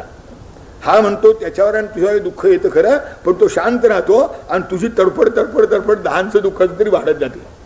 तेव्हा योगाचं फल काय? दुःख न येणं हे नव्हे, यस्मिन स्थितो न दुःखेन गुरुणापि विचारले, ते हे योगाचं फळ आहे. की ज्या ठिकाणी राहिलं असताना मोठ्यातलं मोठं जरी दुःख आलं पण यानं आपल्याच मध्ये आम्हाला तर वाटलं ते महाराज आहेत त्यांना असं कसं झालं. महाराज म्हणजे महाराजांना असं काय होता कामा नाही. आता खरा महाराज असतो की नाही ती गोष्ट निवडून दिली, पण खरा महाराज जरी असला तरी त्याला हे होऊ शकतं, होत नाही असं नाही. फक्त त्याच्यात आणि याच्यात फरक राहतो. तो शांत राहतो आणि याची तडफड तडफड तडफड तडफड तडफड. किती तडफडतात माणसं. माझ्याकडे कोणी बघत नाही, मी 2 दिवस झालं मला ताप येतो, माझ्याकडे कोणी बघत, इथून तक्रार. मग ती बायकोच्या विरुद्धात, ती मुलीच्या विरुद्धात, ती मुलाच्या विरुद्धात, ती आईच्या विरुद्धात, ती बहिणीच्या विरुद्धात, ती बापाच्या विरुद्धात, शेजाऱ्याच्या विरुद्धात, मित्राच्या विरुद्धात. 2 वर्ष होतो कुठे मेला होतात म्हणतो. 2 दिवस मला ताप येतो. एखाद्या विचारला का मला, अरे विचारलं मी तुझा ताप कमी होतो. ताप 3 दिवसांनी कमी व्हायचा, 3 दिवसांनीच कमी व्हायचा. पण याला ताप आल्याचं एक दुःख आणि याच्यावेळी माझ्या उशाची कोणी हातपाय दाबत बसला नाही याचं दुसरं दुःख. हा जो मनुष्य आहे हा शांत असतो, त्याच्या याच्यावर वृत्तीवर काही परिणाम होत नाही त्याचा. हा फरक आहे त्यात. मोठे दुःखही नुपजवी मग भय योग निग्रहे हा साधावा इंद्रिय गण हळूहळू दम शनै शनै रूपरमेत बुद्ध्या धृती गृहीतया. शनै शनै फार महत्वाचं आहे. आज सुरुवात केली की लगेच दुसऱ्या दिवशी साधतं. शनै शनै सावकाश सावकाश या गोष्टी मिळवाव्या लागतात, त्याचाही क्रम आहे. शनै शनै रूपरमेत इंद्रिय गण हळूहळू दमावा यत्ने करणे आत्मसंस्थमन ब्रह्म सुखाये सुटता चिंतन सर्वाभूती बघे स्वतःला आपणात सर्व ही भूताला एकपणे मज भजे विभूसी योग साधला पूर्णतयासी. असा जो एकताची भावना ज्याच्या अंतःकरणात उत्पन्न होते, सगळ्या भूतांच्या ठिकाणी मीच आहे, आत्मवत सर्व भूतानी य पश्यती स पश्यती. आपल्यासारखीच सगळी भूत आहेत असं ज्याला दिसतं, सगळ्या भूतांच्या ठिकाणी ज्याला परमात्म्याचं दर्शन होतं त्याला योग साधला असं समजावं. लक्षात घेण्याचं काय, जमिनीत गाडून घेता आला म्हणजे योग साधावा असं भगवान म्हणत नाहीत. आत्मवत सर्व भूतानी सगळ्या भूतांच्या ठिकाणी मीच आहे असं ज्याला जाणवतं त्याला योग साधला असं म्हणतात. अर्जुन प्रश्न विचारतो, प्रमाथी चंचल दुर्निग्रहे मन तरी वश करिता ये सतताभ्यासे दृढ वैराग्ये म्हटले श्री दुराये जय हरी सुख कंदा. की मन चंचल आहे मला मान्य म्हणाले, पण सतताभ्यासाने आणि वैराग्याने त्याला चंचल असलेल्या मनावर सुद्धा नियंत्रण प्रस्थापित करता येतं. त्यात वाईट मानायचं काही कारण नाही. अशक्य गोष्ट नाही, कठीण आहे पण अशक्य नाही. सतताभ्यास पाहिजे मला. आणि किती काळ अभ्यास पाहिजे हे विचारण्याचं काही कारण, किती काळ अभ्यास हे विचारण्याचं काही कारण नाही. कितकं असेल तेवढा, जेवढा वेळ लागेल तेवढा. आपण काय किती काळ करू हे विचारणं म्हणजे खरं सांगतो आपल्याला ते जे मिळवायचं आहे त्याचं मूल्य कमी करणं आहे. हे इतक्या काळाने साधेल असं म्हटलं म्हणजे तेवढा काळ हे त्याचं मूल्य झालं. भगवान जर अमूल्य आहे तर मी इतक्या काळात त्याला मिळवीन असं कसं म्हणता तुम्ही. तो मिळेल तेव्हा त्याच्या इच्छेवर आहे अवलंबून. तुम्ही प्रयत्न करीत राहा, आज मिळेल, आत्ता या क्षणी मिळेल, नाही तो 2 बहुनान जन्मना म्हणते होईल, कोणी सांगावं. तुम्ही विचार केला की आपण होऊन त्याचं मूल्य कमी केल्यासारखं. तुझं अमूल्य आहे, तुझं अनंत आहे, तुझं सर्वव्यापक आहे, तर मी इतकं केलं अजून कसं होत नाही असं आलं की त्याची किंमत शून्य झाली. आता किंमत शून्य मग पाहिजे कशाला तुला, धडपड करूच नको. आपण हा विचार करीत नाही. म्हणून योगशास्त्राने सांगितलंय की स दीर्घकाल, कालाचा किती काळ सांगितलं, दीर्घकाल सांगता येत नाही किती. ती कितीदा सांगावं आपल्याला. या 6व्या अध्यायातच प्रकरण आहे. अर्जुनाने विचारलंय की तो योग भ्रष्ट झाला म्हणजे त्याचं काय होतं, वाया जातं का. वाया जात नाही. नाही कल्याण कश्चित दुर्गतीन तात. मग काय होतं म्हणजे चांगल्या कुळात जन्माला येतो चांगल्या संस्कारात जन्माला येतो, त्याच्या त्या चांगल्या संस्कारामुळे त्याच्या हातून चांगलं घडावं अशी त्याला इच्छा लागते आणि तो ते करीत राहतो. पण हे करीत राहतो आणि पुढे काय होतं, प्रयत्नात यतमानस्तु योगी संशुद्ध केलमेशः अनेक जन्म संसिद्धस्ततो याति परांगती, की असा प्रयत्नपूर्वक जेव्हा म्हणजे हे सगळं चांगलं मिळून आलंय, मागच्या जन्मी पुष्कळ केलंय, आत्ता अनुकूल परिस्थिती मिळाली आहे, अशा परिस्थितीत जन्माला आला, आता ते करतो आहे, पण किती काळ, प्रयत्नात यतमानः, मग योगी संशुद्ध केलमेशः, मग अंतःकरण शुद्ध होतं आणि मग बहुनान जन्मना म्हणते अनेक जन्म संसिद्धा तर तो याती परांगती, मग परागतीला प्राप्त होतो. अनेक जन्म संसिद्ध याला म्हणजे घाई, त्याचं कारण आहे दुसऱ्या गोष्टी पुष्कळ करायचं असतं, हे तर साधलं आणि मग ते करायला मोकळा असं वाटतं याला, यातच अडकून करायला पाहिजे हे तर बरं. म्हणजे एकदा परीक्षेचा निकाल लागला ना म्हणजे नोकरी करायला मोकळा, मग पुस्तकाचा नाही तर काही संबंध नाही. मग ती पुस्तकं कपाटात, मेहरबानी कपाटात ठेवली, विकून टाकतात लोक, रद्दीच्या भावाने विकतात, रद्दी भावाने विकतात. अगदी अक्षरशः जुन्या बाजारामध्ये 4 आण्याला अत्यंत मूल्यवान पुस्तक मिळतं. मला तोषिणी टीकेचं भागवत 8 आण्याला मिळालं होतं जुन्या काळात. विकणाऱ्याचं कौशल्य आहे की नाही. तर आम्हाला जी घाई झालेली असते ते त्याचं महत्व नसतं म्हणूनच घाई असते. ज्याला त्याचं महत्व आहे तो असं म्हणजे म्हणतच नाही हे केव्हा होणार, हे केव्हा होणार. अरे जर मूल्यवान आहे तर केव्हा होणार तुझ्या चालेल कसं, तू प्रयत्न सोडू नको, तो विचारपूर्वक केलाय ना, हा मग ठीक, मग चालते. म्हणून भगवान सांगतात योगन साधो एक्या जन्मी वायापण परिनसे सुकरुणी सुकुली जन्मे पुण्य बलाने तेथे मिळवी यश यत्नाने. आणि या सगळ्यात तुला सांगतो ज्ञान कर्म तप या सर्वाहून थोर योग हो योगी अर्जुन. योग्यातही जो भजतो माते मानित सेमी श्रेष्ठतया ते. योग नामपि सर्वेषां मद्गतेन अंतरात्मना पण श्रद्धावान भजते यो माम समे युक्त तमो मतः. भले योगी असोत पण त्या योग्यातही जो श्रद्धावान मला भजतो त्याला मी सगळ्यात चांगला मानतो. 6वा अध्याय संपला. 7वा जाणशील तू पूर्णपणे मज पार्था देतो ज्ञान असे तुझ. जाणायाचे मगना उरते तत्व कुणा मम विरळा कळते. प्रकृती मदीया परापराही प्रणव जगा परमज हुन नाही. वस्तूंचे वस्तुत्व असे मी काम मीच जो वसे सुधर्मी. त्रिगुणा आश्रय मीच राहती मै ते मी नचित्यासी. माया मोहित जाणती नहे कळते मम भक्तासी. जय हरी सुख कंदा. असं आहे समुद्रात लाट राहते बरोबर आहे पण लाटेत समुद्र राहतोय बरोबर नाही. तसं सगळी भूत माझ्यात राहतात हे बरोबर आहे पण भूतात मी राहत नाही. आणि असं असल्यामुळे मी भूतातही राहत नाही असं आहे किंवा भूतही माझ्यात राहत नाही. त्रिगुणा आश्रम मीच राहती मै ते मी नचित्यासी. माया मोहित जाणती नहे कळते मम भक्तासी. जय हरी सुख कंदा. जे मायेत गुंतलेले आहेत त्यांना हे ज्ञान होत नाही. जो माझा भक्त आहे त्याला हे कळतं की भगवान जरी त्रिगुण जरी भगवंताच्या आश्रयाने असले तरी भगवंताचा आणि त्रिगुणाचा काही संबंध नाही हे त्याला कळतं. भक्त चतुर्विध भजती माते भक्त चतुर्विध मज भजताती. ज्ञानी त्यातील माझी मूर्ती प्राप्ती दुर्लभ परी अशाची मी श्रद्धा चळवी न कुणाची. ज्ञानी हा सर्वश्रेष्ठ जरी भक्त असला तरी मी कोणाची श्रद्धा चळवीत नाही मिळाले. ज्याची जो उपासना करतो ठीक आहे कर म्हणतो त्याची उपासना चालू दे म्हणतो प्रामाणिकपणे चालू दे म्हणजे झालं. मी मायेने असे समावृत जीव सर्वही द्वंद्वे मोहित.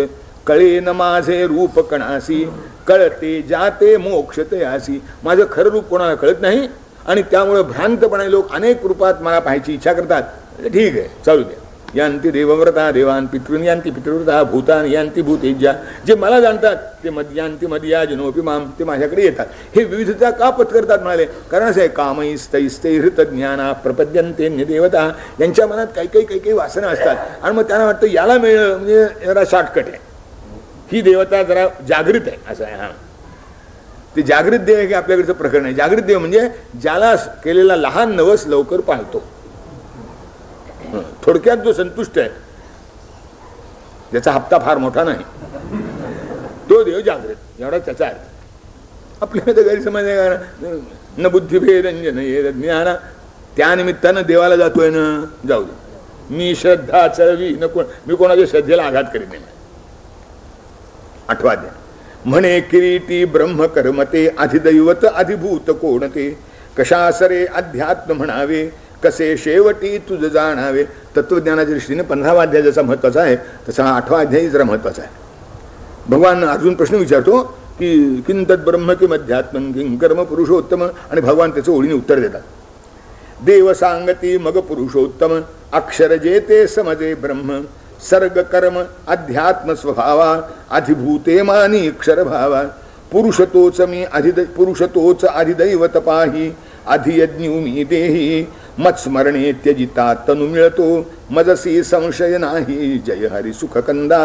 अंती स्मरता मध्भावाये, लढतू स्मरुनी मजसी हृदयी, ध्यान घडे ज्या परात पराचे, त्या योग्यानच भय जन्माचे. ज्या परात पराचे ध्यान घडतं आणि त्या दृष्टीने जो कर्तव्य कर्म करीत असतो त्या योग्याला जन्माचं भय नसतं. म्हणाले तो सुटला. आपल्याकडे म्हणून म्हणजे वर्णन आहे की द्वाविमो पुरुषौ लोके सूर्यमंडल भेदिनो, सूर्याच्या मंडलाचा भेद करून जाणारे 2च पुरुष आहेत आपल्याकडे. 2 कोणते? परिव्राट योगयुक्तश्च, योगयुक्त असा परिव्राट संन्यासी, किंवा रणेच्याभिमुखे हतः, किंवा रणांगणामध्ये उच्च ध्येयासाठी छातीवर वार घेऊन जो मेला, छातीवर वार घेऊन पलता पलता गोळी घातली मेला तर नाही, छातीवर वार घेऊन जो मेला, रणेच्याभिमुखे हतः, ते सगळे सूर्यमंडलाचा भेद करून जातात. परिव्राट योगयुक्तश्च रणेच्याभिमुखे हतः असं. म्हणजे आपल्याकडचं उदाहरण द्यायचं तर बाजी प्रभू असे आहे, रणेच्याभिमुखे हतः. आणि परिव्राट योगयुक्त ज्ञानेश्वर आहे, तुकाराम आहे, रामदास आहे, तिथे परिव्राट योगयुक्त, पण ते सुद्धा सूर्यमंडल भेदिनो असं त्यांचं सामर्थ्य आहे.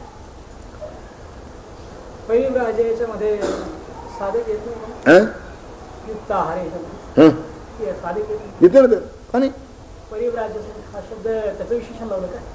परिव्राट तो योगयुक्त म्हणजे साधकांना सुरुवातीला क्लासमध्ये जायला सुरुवात झाली, हा डिग्री घेऊन बाहेर पडलाय, हा शिक्षणात हा जो योगयुक्त झाला, युक्ताहार विहार झाला, तो आता शाळेत शिकतोय, हा डिग्री घेऊन बाहेर पडला. तो परिव्राट योगयुक्त म्हणायचं कारण हा योगाच्या क्लासमध्ये जातोय आणि तो योगी होऊन बाहेर पडला, तो तिकडे जातो. हा क्लासमध्ये गेला आणि दुसऱ्या वर्षात सोडून द्यायचं काय होतं? मी परवा सांगितलं सगळं, एकाला विचारलं म्हणे तू काय तुझं काय शिक्षण काय? मी नॉन मॅट्रिक आहे म्हणला. नॉन मॅट्रिक म्हणजे हो, मग तुला सही करता येते की नाही? सही करता येत नाही. म्हणजे का? अरे तू नॉन मॅट्रिक ना, म्हणजे मग नॉन मॅट्रिक म्हणजे मॅट्रिक झालो नाही असं त्याचा अर्थ आहे. ज्याला सही करता येत नाही, तुमच्या शाळेत जो गेला नाही तोही नॉन मॅट्रिकच की नाही. नॉन मॅट्रिक शब्दाचा अर्थ तसा नाही, मॅट्रिक पर्यंत गेला आणि मॅट्रिकला नापास झाला म्हणून नॉन मॅट्रिक, हा गेलाच नाही असं नाही चालायचं. म्हणून परिव्राट म्हणजे त्यातून जो उत्तीर्ण होऊन बाहेर पडला आणि जो युक्ताहार विहार आहे ही प्राथमिक गोष्ट आहे, तो त्या शाळेमध्ये प्रविष्ट झाला. आता हळूहळू चढत चढत चढत वर जाईल तसा मोकळा होईल. अंती स्मरता मदभावाये, लढतू स्मरुनी मजसी हृदये, ध्यान घडे ज्या परात पराचे, त्या योग्या भयनच जन्माचे. परमधाम मम अक्षर पार्था, नसे निवर्तन जेथे जाता, अनन्य भक्ता लाभत सेते, आयने दोन्ही समचितयाते. शुक्ल कृष्ण या 2 गतीसी, जाणे होत न मोहतयासी. योग असा हा पार्था सारी, स्थान तयाचे सर्वारी. 2 मार्ग आपल्याकडे सांगितलेत, एक उत्तरायण आणि एक दक्षिणायन, किंवा एक अग्निमार्ग सांगतात आणि एकाला कृष्ण मार्ग सांगतात. जेव्हा कृष्ण मार्ग जो आहे तो आपण समजतो तसा वाईट नाही, मात्र त्यांनी फक्त पुन्हा मनुष्यजन्मी जन्माला येतो एवढंच, म्हणजे कल्याण होतो, स्वर्गात जातो, सुख भोगतो, पुन्हा मनुष्य होतो. तो कृष्ण मार्ग किंवा दक्षिणायन मार्ग म्हणजे नरक नव्हे, नरकाला जाणारा जो तिसरा आहे त्याचा उल्लेख सुद्धा केला नाही भगवंताने, एका ठिकाणी केला आहे 16व्या अध्यायामध्ये, पण तिसरा मार्ग तो आहे, हा दुसरा मार्ग तो नाही. दुसरा मार्ग म्हणजे पुन्हा मनुष्याचा मनुष्य होणारा तो दुसरा मार्ग, की तिथे वर जातो, सुख भोगतो, पुन्हा मनुष्य होतो, पुन्हा पुण्य करतो, पुन्हा वर जातो, सुख भोगतो, पुन्हा मनुष्य होतो. फक्त एकच आपत्ती आहे की प्रत्येक वेळा ते जर स्मरण राहिलं नाही तर ते चेंडूचा टप्पा जसा प्रत्येक वेळा लहान लहान होत जातो, तसं प्रत्येक वेळेला याचं सत्कर्म पुण्य ते लहान लहान होतं आणि शेवटी घरगळायला सुरुवात होतो. घरगळायला आला की शेवटी खड्ड्यात पडायचं ठरलेलं आहे. म्हणून त्या दक्षिणायनाच्या पेक्षा उत्तरायणाचं जर लक्ष ठेवून कर्म करीत राहिलं म्हणजे निदान दक्षिणायनात तरी राहतो. परवा आता मी सांगितलं होतं आपल्याला की थोडं वर चढून पकडलं तर बरं आहे, जिथं आहे तिथं राहिलं की खाली घसायला होण्याची शक्यता निर्माण होते. 9वा अध्याय. ज्ञान ऐक हे म्हणे दयाघन, सुटसी जेणे तू अशुभातून, लिप्त नसे मी प्रसवे माया, आध्यक्षी मम चराचराया, मूढा न कळे तत्व खरे मम, मोहित राक्षस भावी, परी महात्मे अनन्य होती, प्रकृती तयांची दैवी, जय हरी सुख कंदा, गाती कीर्ती करीती वंदन, निश्चय करुनी युक्त उपासन, विश्वमुखामद दुसरे ज्ञानी, भजती भेदा भेद मतीनी, सर्वाश्रय मी सर्वगती मी, वेद यज्ञ ओमकार धनी मी, सकाम यज्ञे भजती माते, भोगितात मग गता गताते, सकल ही भजती पर्याये मज, मिळे गती परिहेत जसा निज, पान फूल ही अनन्य भावे, देता मी त्या उरी धरावे, सम आहे मी सर्वाभूती, दुष्ट ही भजता सज्जन होत, अपिचेत सुदुराचार. पण केव्हा भजते माम अनन्य भाग, मग साधुरेव समंतव्य. एका बाजूला दुर्वर्तनही चालू आहे आणि एका बाजूला भजनही चालू आहे असं होत नाही आणि त्याचा उद्धारही होत नाही. उलट तो आणखीन पक्का होतो. असं आहे आपल्याकडे तीर्थयात्रे सांगितले की अन्यक्षेत्रे कृतम पापम तीर्थक्षेत्रे विनश्यती म्हणाले. तीर्थक्षेत्रे कृतम पापम वज्रलेपो भविष्यती. तिथं बसून केलं तर ते वज्रलेप होतं. तसं भक्तिमार्गात जाण्यापूर्वी कुणी पाप केलं असलं पश्चातापून भक्तिमार्गात गेला तर साधुरेव असं मंतव्य हा. पण आता ती परमेश्वराचं नाव घेतोच आहे, मग आता काय करायचं हरकत आहे, हे असं नाही चालत. त्याला म्हणून त्या अनन्य म्हटलं की अपिचेत सुधुराचार हा भजते माम अनन्य. आणि म्हणून ज्ञानेश्वर महाराज म्हणतात पश्चाताप तीर्थी न्हाला. त्याला जे मागं सगळं केलंय ना त्याचा पश्चाताप झाला आणि त्या तीर्थात त्यांनी न्हायला तो. आता ते सुटले सगळं आणि मग आता दुसरं सुरू झालं. आता तो साधुरेव असं मंतव्य. इतकंच नाही तर क्षिप्रम भवती धर्मात्मा. कारण त्या पाप करण्याच्या मध्ये एक तऱ्हेची उत्कटता लागते. ती उत्कटता याला आयतीच प्राप्त झालेली असते. सामान्य सज्जन म्हणजे त्याला उत्कटता नाही, ढिला असतो जरा. हा जो आहे ना पक्का असतो. तो पापात पक्का होता, तो इकडे पक्का होतो. फक्त त्याची दिशा बदलली की झालं. जोर चांगला आहे, दिशा बदलली की तेवढाच उद्धार त्याचा. म्हणून क्षिप्रम भवती धर्मात्मा शश्वत चांदी निगच्छति असं होतं.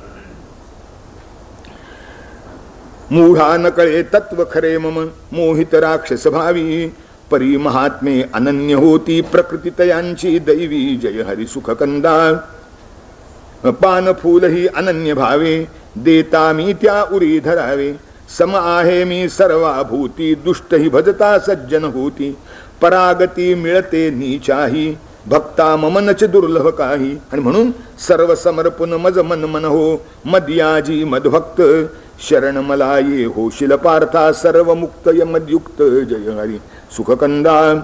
10वा अध्याय.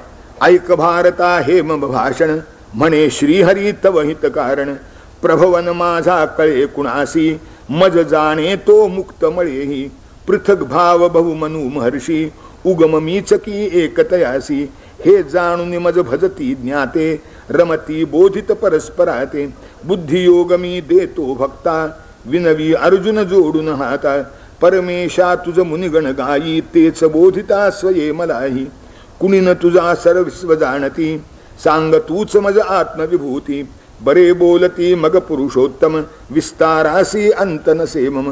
सांगतो मला विभूती तुला, पण सांगून सांगून किती सांगणार, आता थोड्या सांगतो मला. आदि मध्यमी अंत जगाचा, आत्मा सर्वाभूती, विद्या मीची अध्यात्माची, काल मीच धृती कीर्ती, जय हरी सुखकंदा, वृष्णी माझी वासुदेव मी, पंडुसुतासी अर्जुन तो मी. अर्जुनाला किती बरं वाटलं असेल नाही, पंडुसुतासी अर्जुन तो मी, सत्व असे हे सत्ववतांचे, दंड शासनी स्वरूप माझे, थोड्या कथिल्या या मुख्यातील. त्यांनी मुख्य मुख्य म्हटलं होतं. थोड्या कथिल्या या मुख्यातील, कोण विभूती माझ्या जाय मोजिल.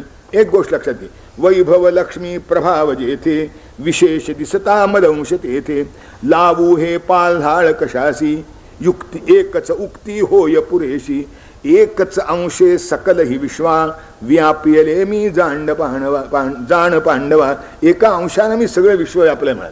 आता आणखीन काय, एका अंशानं सगळं विश्व व्यापलं आहे.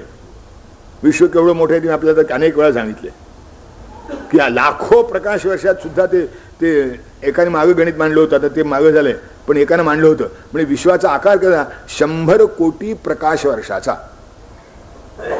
म्हणजे विश्वाला जर प्रदक्षिणा करायची झाली तर प्रकाशाला 100 कोटी वर्ष लागतील. प्रकाशाचा वेग एका सेकंदाला 3 लाख किलोमीटर आहे. एका सेकंदाला 3 लाख किलोमीटर आहे. या वेगानं विश्वाभूती जर प्रदक्षिणा करायची झाली तर प्रकाशाला 100 कोटी प्रकाश वर्ष लागतील. भगवान म्हणतात असे 100 कोटी प्रकाश वर्षाचं जे विश्व आहे एकाच अंशानं मी ते व्यापली आहे. माझा 1 अंश आहे तो, म्हणजे हे केवढे मोठे बघा. 11वाध्याय.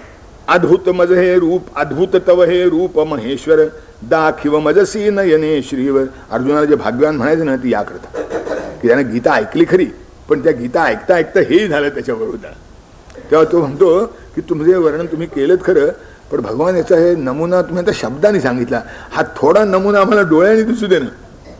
अद्भुत तव हे रूप महेश्वर दाखिव मजसी नयने श्रीवर. एकच आहे, मला शक्य आहे की नाही हे तुम्ही ठरवा.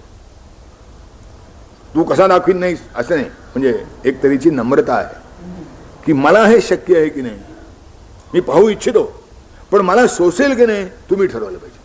असं आहे, जे सायासे स्तन्य सेवी ते पक्वाने केवी जीवी. ते पक्वान कसे जेवणार? तेव्हा मला इच्छा आहे, पण खाऊ घालायचं की नाही तुम्ही ठरवा. नम्रता किंवा विनय ज्याला आपण म्हणतो त्याचा हा एक उत्कृष्ट नमुना आहे की अर्जुनाला हट्ट आहे, आग्रह आहे, लढवाळपणाही आहे, पण आपल्या योग्यतेची जाणीवही आहे, अहंकाराचा लेश नाही. मन्यसे यदि तच्छक्यम मया दर्शयात्मानमव्ययम्. मन्यसे यदि तच्छक्यम मया द्रष्टुम. मला हे पाहणं शक्य होईल की नाही हे तुम्ही ठरवायचं आहे. जर असलं तर मात्र माझी इच्छा आहे.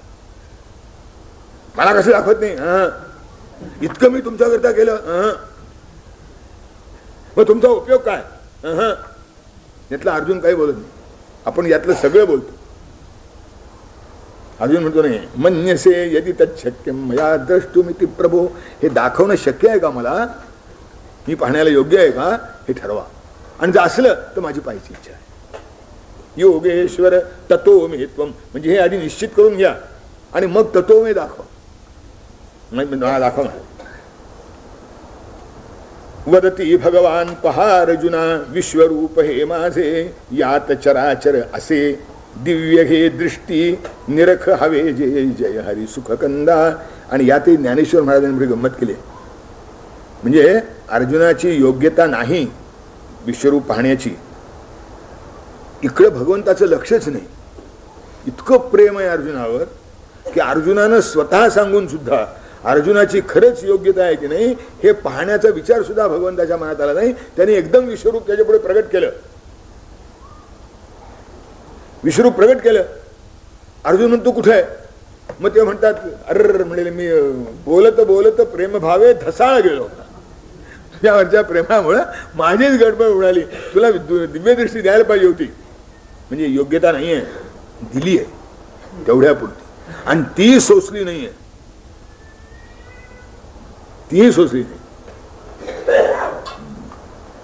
येरा गबाळाचे काम नव्हे. आपल्याला घाई होते ठीक आहे, आपल्या उत्कटतेचं ते प्रतीक समजूया, पण ते खरं नसतं. अर्जुन म्हणतो मला दाखवा, दाखवा तुम्हाला. देव विश्वतो मुख झाला असे सूर्य सहस्रा समभाभासे एकवटे जग विभक्त तेथे वदे धनंजय लवबुन माथे भूत संघत वदिसे शरीरी अपार रूपे दिशासचारी दीप्त तेज हे दीपवी नयना अज अव्यय तू पुरुष पुराण लोकाभिववी रूप भयंकर स्तविती विस्मित नमुनी सुरवर कराल मुखपद करणांची रूपे उडविती गाळण माझी तुझ्या भयानक दाढा खाली वीर मंडळी चिरडून गेली जळत्या वदनी शिरता दिसती कोण लोक तू भैरव मूर्ती. भगवान लाज नाही, संकोच नाही. लोकक्षयकृत काळ असे मी वधिले सकल हि वीरा निमित्त हो तू जय मिळवाया उठ करी रणधीरा जय हरिसुख कालोस्मि लोकक्षयकृत प्रवृद्धा लोकान समाहर तुम्ही प्रवृत्ता ऋते पित्वा न भविष्यन्ति सर्वे येव स्थिता प्रत्यनुकेषु. मी लोकक्षयकृत काळ आहे म्हणाले, त्याकरता जन्माला आलो. हे सगळं नाहीसं करणं हेच माझं कर्तव्य आहे. असं नाहीसं कसं केलं? नाहीसं करण्याकरता चालू आहे. बोला आता काय म्हणायचं तुम्हाला? कृष्णानं असं युद्ध कसं घडवलं? कृष्ण स्वतः सांगतो हे करण्याकरताच मी आलो. म्हणून मी आपल्याला सांगितलं होतं परवा की युद्ध होऊ नये अशी कृष्णाची इच्छा नाही आहे. युद्ध झालंच पाहिजे. अहो तण फार वाढलं, आता जाळलंच पाहिजे की नाही? दुसरा काय मार्ग आहे? नाही तर चांगली शेती कशी व्हायची? जाळावं लागतं पहिलं, आणि जाळलं तरच निर्बीज होतं. नाही तर त्याची बीज पडून राहतात, पुन्हा उपटायला त्रास होतो. नाही होतं ते सगळं जाळून टाकतो. लोकक्षयकृत काळ असे मी वधिले सकल हि वीरा, तू निमित्त मात्र भव सव्यसाचिन, निमित्त हो तू जय मिळवाया, उठ करी रणधीरा जय हरी सुख कंदा. भीत भीत मग वदला अर्जुन, महिमा योग्यच तुझा जनार्दन, अचिंत्य रूपा अनंत शक्ते, सहस्रशा तुझ नमो नमस्ते. अजाणता तुझ सलगी. आतापर्यंत जे आपण वागलो होतो त्याचा आता अर्जुनाला लागतंय. सखे ते मत काय काय भाव असेल खरोखर अर्जुनाचा त्यावेळेला, की भगवान तू एवढा मोठा आणि मी सखेती मत्वा प्रसभम यदुक्तम, हे कृष्ण हे यादव हे सखेती, अजानता महिमानंत वेदम, मया प्रमादात प्रणयेन वापी. मी तुझ्या गळ्यात गाळून घालून हिंडलो की रे? तुझ्या साधेपणाचा नको त्या पद्धतीने मी लाभ घेतला, कसाही वागलो तुझ्या समोर. आता तस्मात् प्रणम्य प्रणिधाय कायम प्रसादये त्वामीच मीड्यम. मला क्षमा कर म्हणाले. असं सखे तुमचा पितेव पुत्रस्य सखेव सख्यो प्रिय प्रियायान हसी देव सोडून. आता मग मुलगा जसा बाप जसा मुलावर कृपा करतो, मित्र जसा मित्राला क्षमा करतो, प्रियकर जसा प्रियसीला क्षमा करतो. जरा आणखीन जवळचं सांगितलं तसं मला क्षमा करा. आमचे दोष आहेत त्यात काही शंका नाही, पण आम्हाला क्षमा करा. अपराधा त्या उदरी घ्याली, अजाणता तुझ सलगी केली. अपराधा त्या उदरी घाली, भ्यालो तवया भीषण रूपे. रूप धरावे पुनरपि सोपे, ते नैव रूपेण चतुर्भुजेन सहस्रबाहो भव विश्वमूर्ते. की पुन्हा त्या चतुर्भुज रूपाने मला तुम्ही आपलं दर्शन द्या. हे तुमचं आता सोसत नाही मला. तेव्हा भगवान म्हणतात सौम्य होऊनी वदेर माधव, आज तुला जे दिसले वैभव, ते न दिसे जप यज्ञाध्ययने, लाभे केवळ अनन्य भजने. आज तुला जे दिसलं हे नाहम वेदैर्न तपसा न दानेन न चेज्जया, शक्य एवं विधो द्रष्टुम दृष्टवानसी अन्मधा.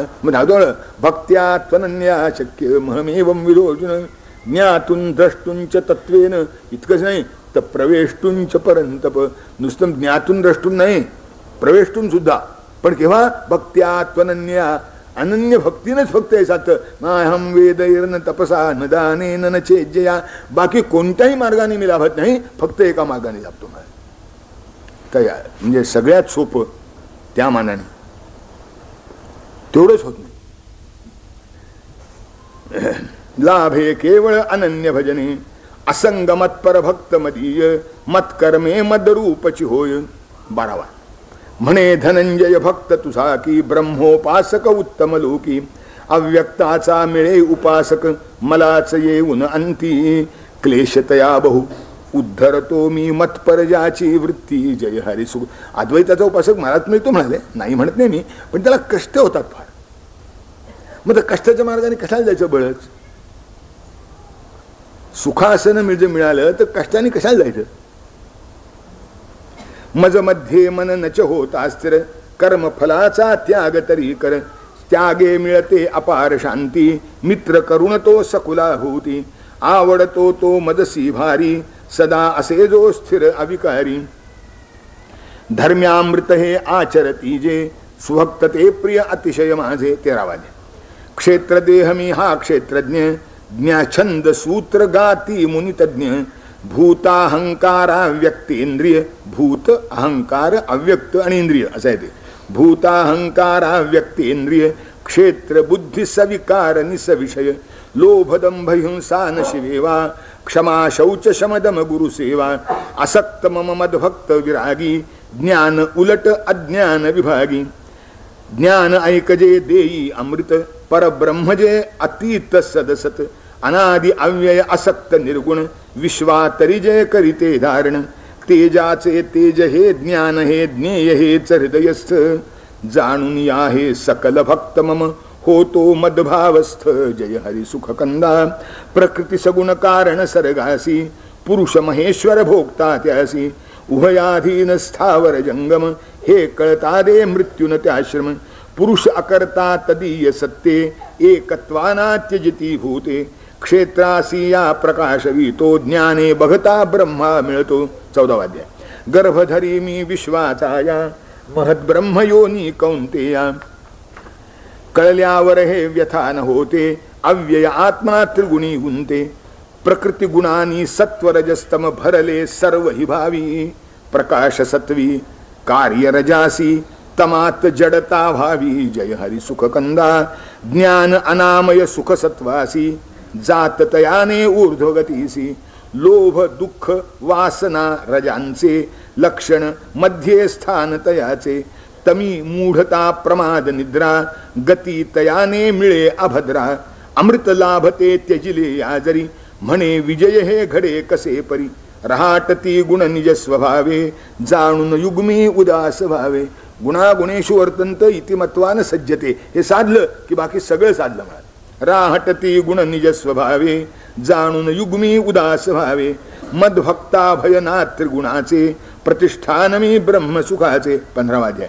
देव सांगती प्रिय भक्तासी मूळवरी या अश्वत्थासी अव्यय हा यच्छाखा खाली छंद जयाची पाने झाली विषयांकुर तरु सर्व दिशासी पसरे रूप न कळते असंग शस्त्रे छे दुनिया निज जित मोहा स्थिर पद मिळते जय हरी सुख कंदा अंश जीव लिंग शरीरी विषय सेवी कर्ण पुढारी स्थूल गतागत तेने होते मूढा नकळे बघती ज्ञाते रविचंद्रानल भासवितो मी रक्ष औषधी धरितो भूमी जठराग्नी मी सर्व हृदी ज्ञाना ज्ञान स्मृती करवेदी कूटस्थासी म्हणती अक्षर जाणावे अक्षर सर्व चराचर परदोहनीहुन मी पुरुषोत्तम लोक वेद विख्यात यशे मम विगत मोह सर्वज्ञ मलाही जाणून भावे मतपर होई गुह्य कळे हे जयास सत्य होत भारता तो कृतकृत्य. 15वा अध्याय.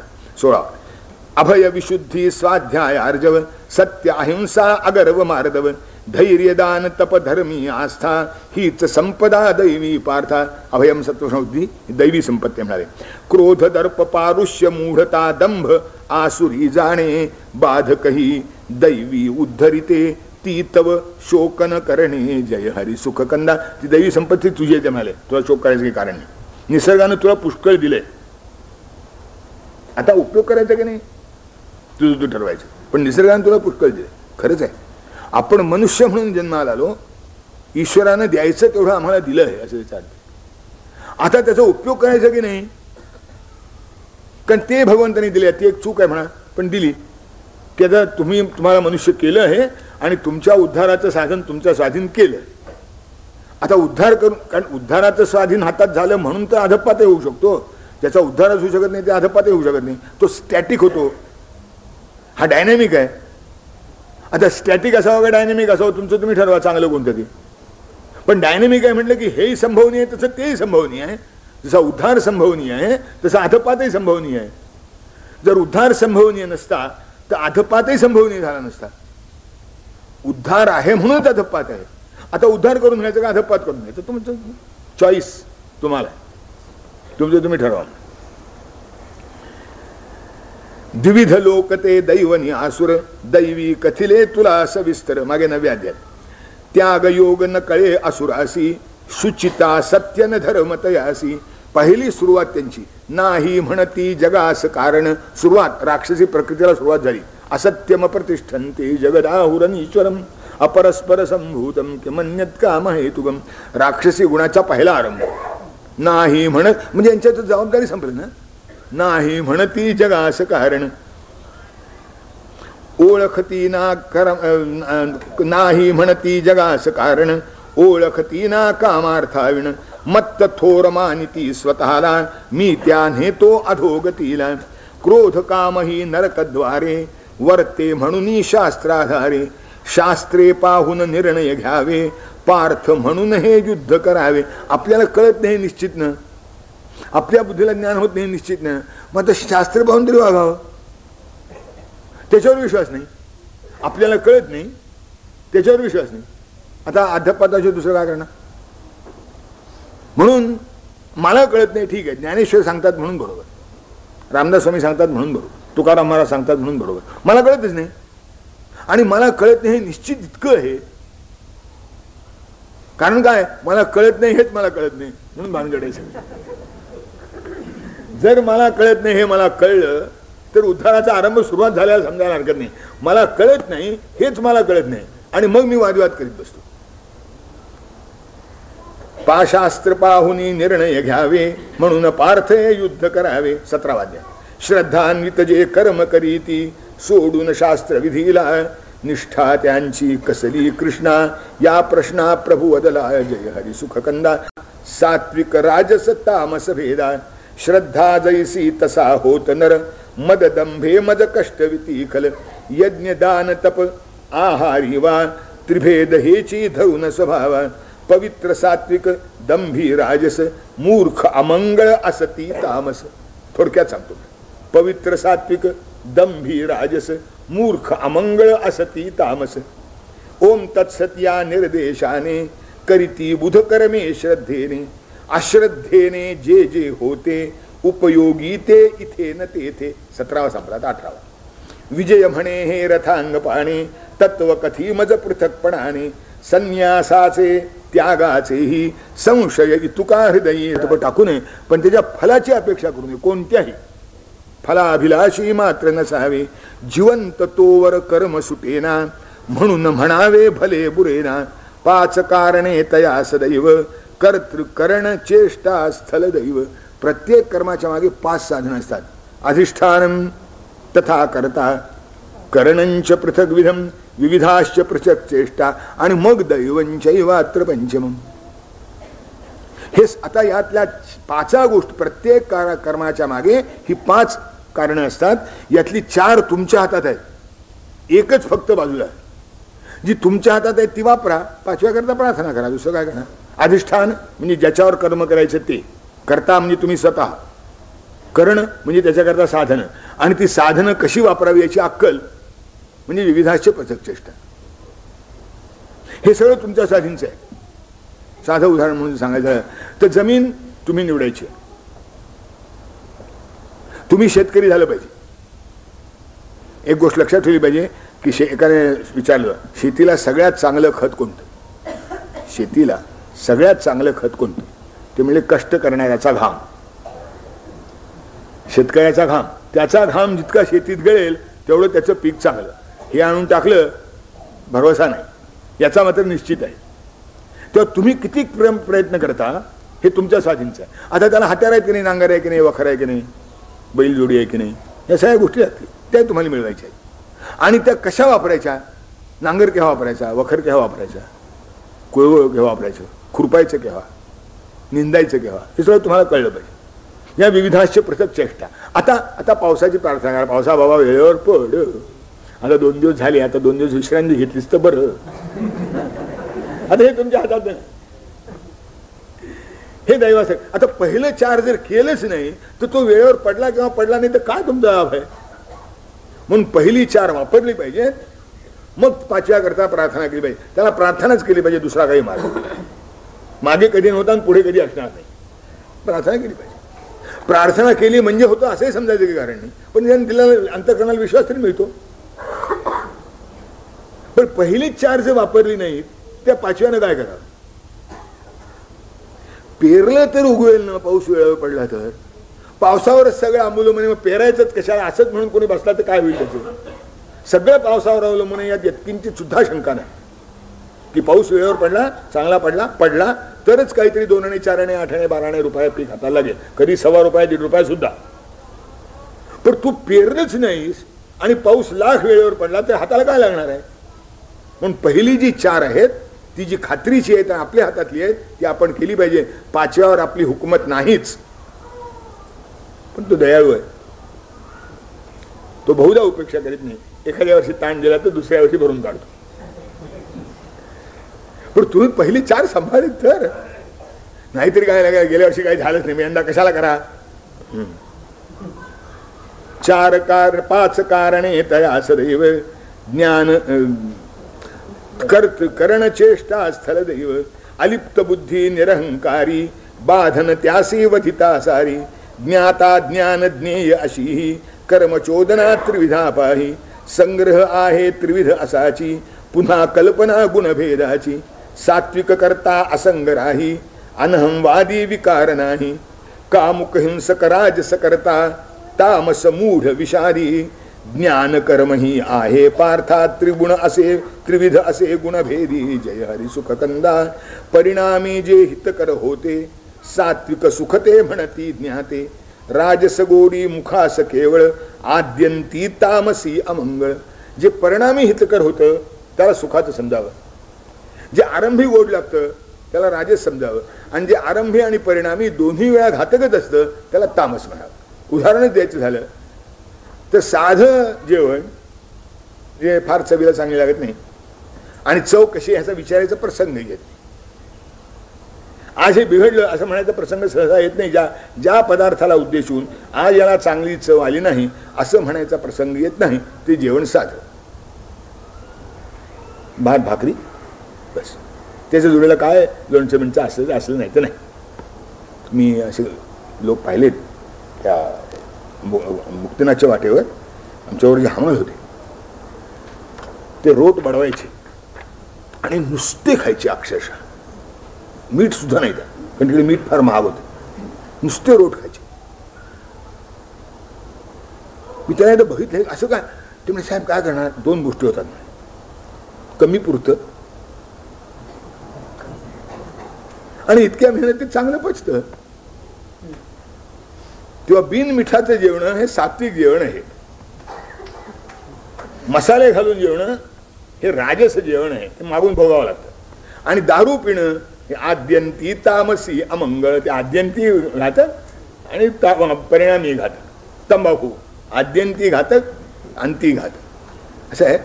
तंबाखू पहिल्यापासून चांगली, मी अनेकांना विचारलं, मी असं आहे, मी जरा अडाणी मनुष्य आहे, सगळं आपण अनुभव आपणच घेतले पाहिजे असं काही मानित नाही, दुसऱ्याच्या अनुभवावर सुद्धा विश्वास ठेवतो.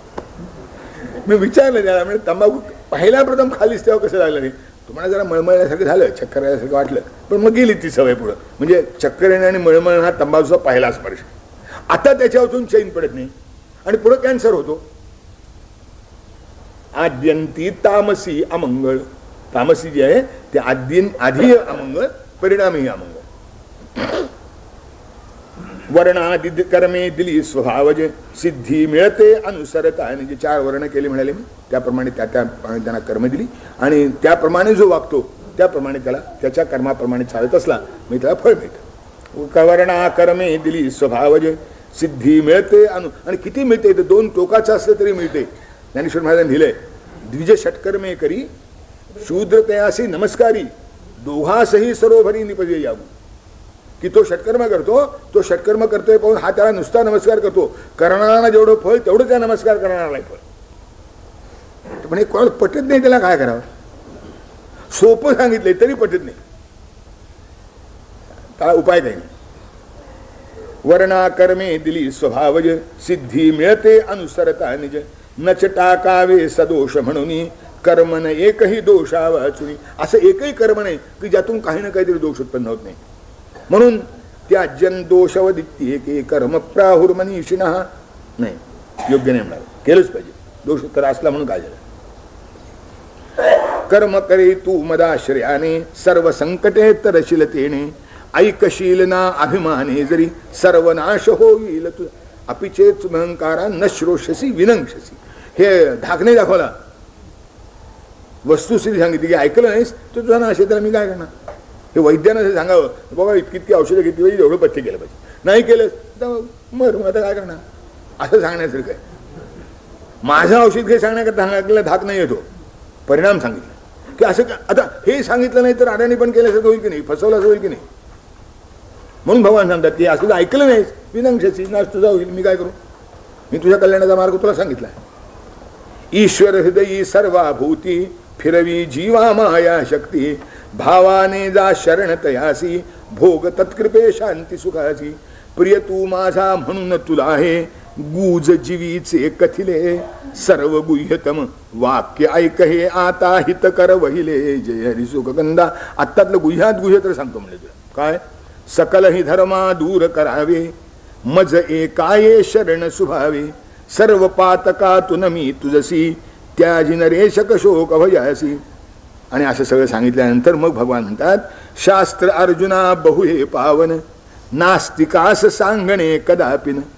श्रद्धा धर्मी नसे जयासी पडो न देई छाया त्याची. अभिमान न ज्या परंपरेचा असे पोषणा जो परक्यांचा. तुच्छ जयासी देश धर्म कुल अधिकारी तो येथ नसे खल. सज्जना समम वच सांगावे चरित ही मम त्या सन्मुख गावे. भाव धरोनी जो परिसेही पुण्यलोक मिळविल विदेही. ऐकलेस ना तू पार्थ आहे मन करुनी एकाग्र कच्चिदे तच्छ्रुतम पार्थ. त्वयैकाग्रेण चेतसा. भगवान विचारतात सगळं झाल्यावर कच्चिदे तच्छ्रुतम पार्थ त्वयैकाग्रेण चेतसा. लक्ष लावून ऐकलंस ना. ऐकलेस ना तू पार्थ आहे मन करुनी एकाग्र. का सांडी विखुरी गेले काय झालं. मी सांगितलं म्हणून आमचं लक्षण होतं. मागून विचारायची सोय नाही असं आहे. की अरे असं मगाशी मी म्हणालो होतो. काय म्हणालो होतो. मागून विचारायची सोय नाही. म्हणून भगवान विचारतात अर्जुनाला ऐकलेस ना तू पार्थ आहे मन करुनी एकाग्र. श्वेतवाहना सरला सेना तव सम्मोह समग्र. जय हरी सुखकंदा. श्रुती पावन जणू जागृत झाली गंगेचा ये प्रवाह खाली. उपनिषदांची सुरधेनु ही पार्थ मिशे जगता सुख देही. उपनिषदाची कामधेनू आहे अर्जुनाला निमित्त कृत्य. भगवान तेच म्हणतात शंकराचार्य म्हणतात अर्जुनन निमित्ती कृत्य म्हणजे पाहणा फोडण्यापुरता अर्जुनाचा उपयोग. दूध सगळं आम्हीच प्यायचे त्यानं पाहणा फोडला एवढं. तेव्हा पार्थ मिशे जगता सुख देई. बोधाने या श्रीकृष्णाचे मोह पटल हरले विजयाचे. कसं झालं. राख झडावी अंगाराची कमळ खुलेवा हसता प्राची. किंवा भानावर जणू येई मूर्छित धुके वितळले रवी प्रकाशित. विद्या विस्मृत जणू का स्फुरली फुले आम्रवन वसंत काली. आणि मग श्रीकृष्णास करी धनंजय तदा अत्यादरे वंदन. ठाके वीर शरासना चढवनी प्रेमे करी भाषण. गेला मोह समूळये स्मृती विभो बोध प्रसादे तव. आज्ञा मानून युद्ध हे करीत मी आता न शंकालव.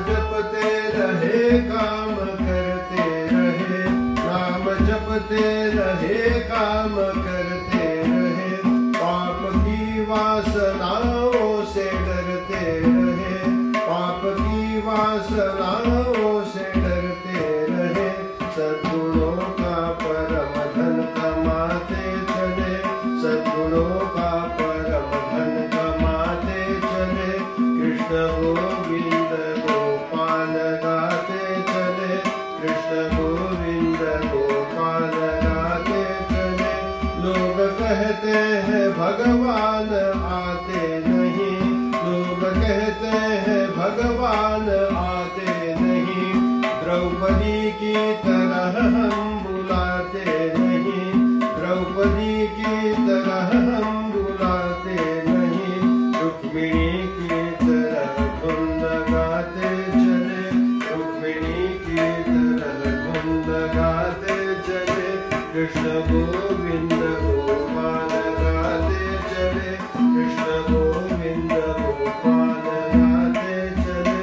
लोग कहते हैं भगवान खाते नहीं, लोग कहते हैं भगवान खाते नहीं।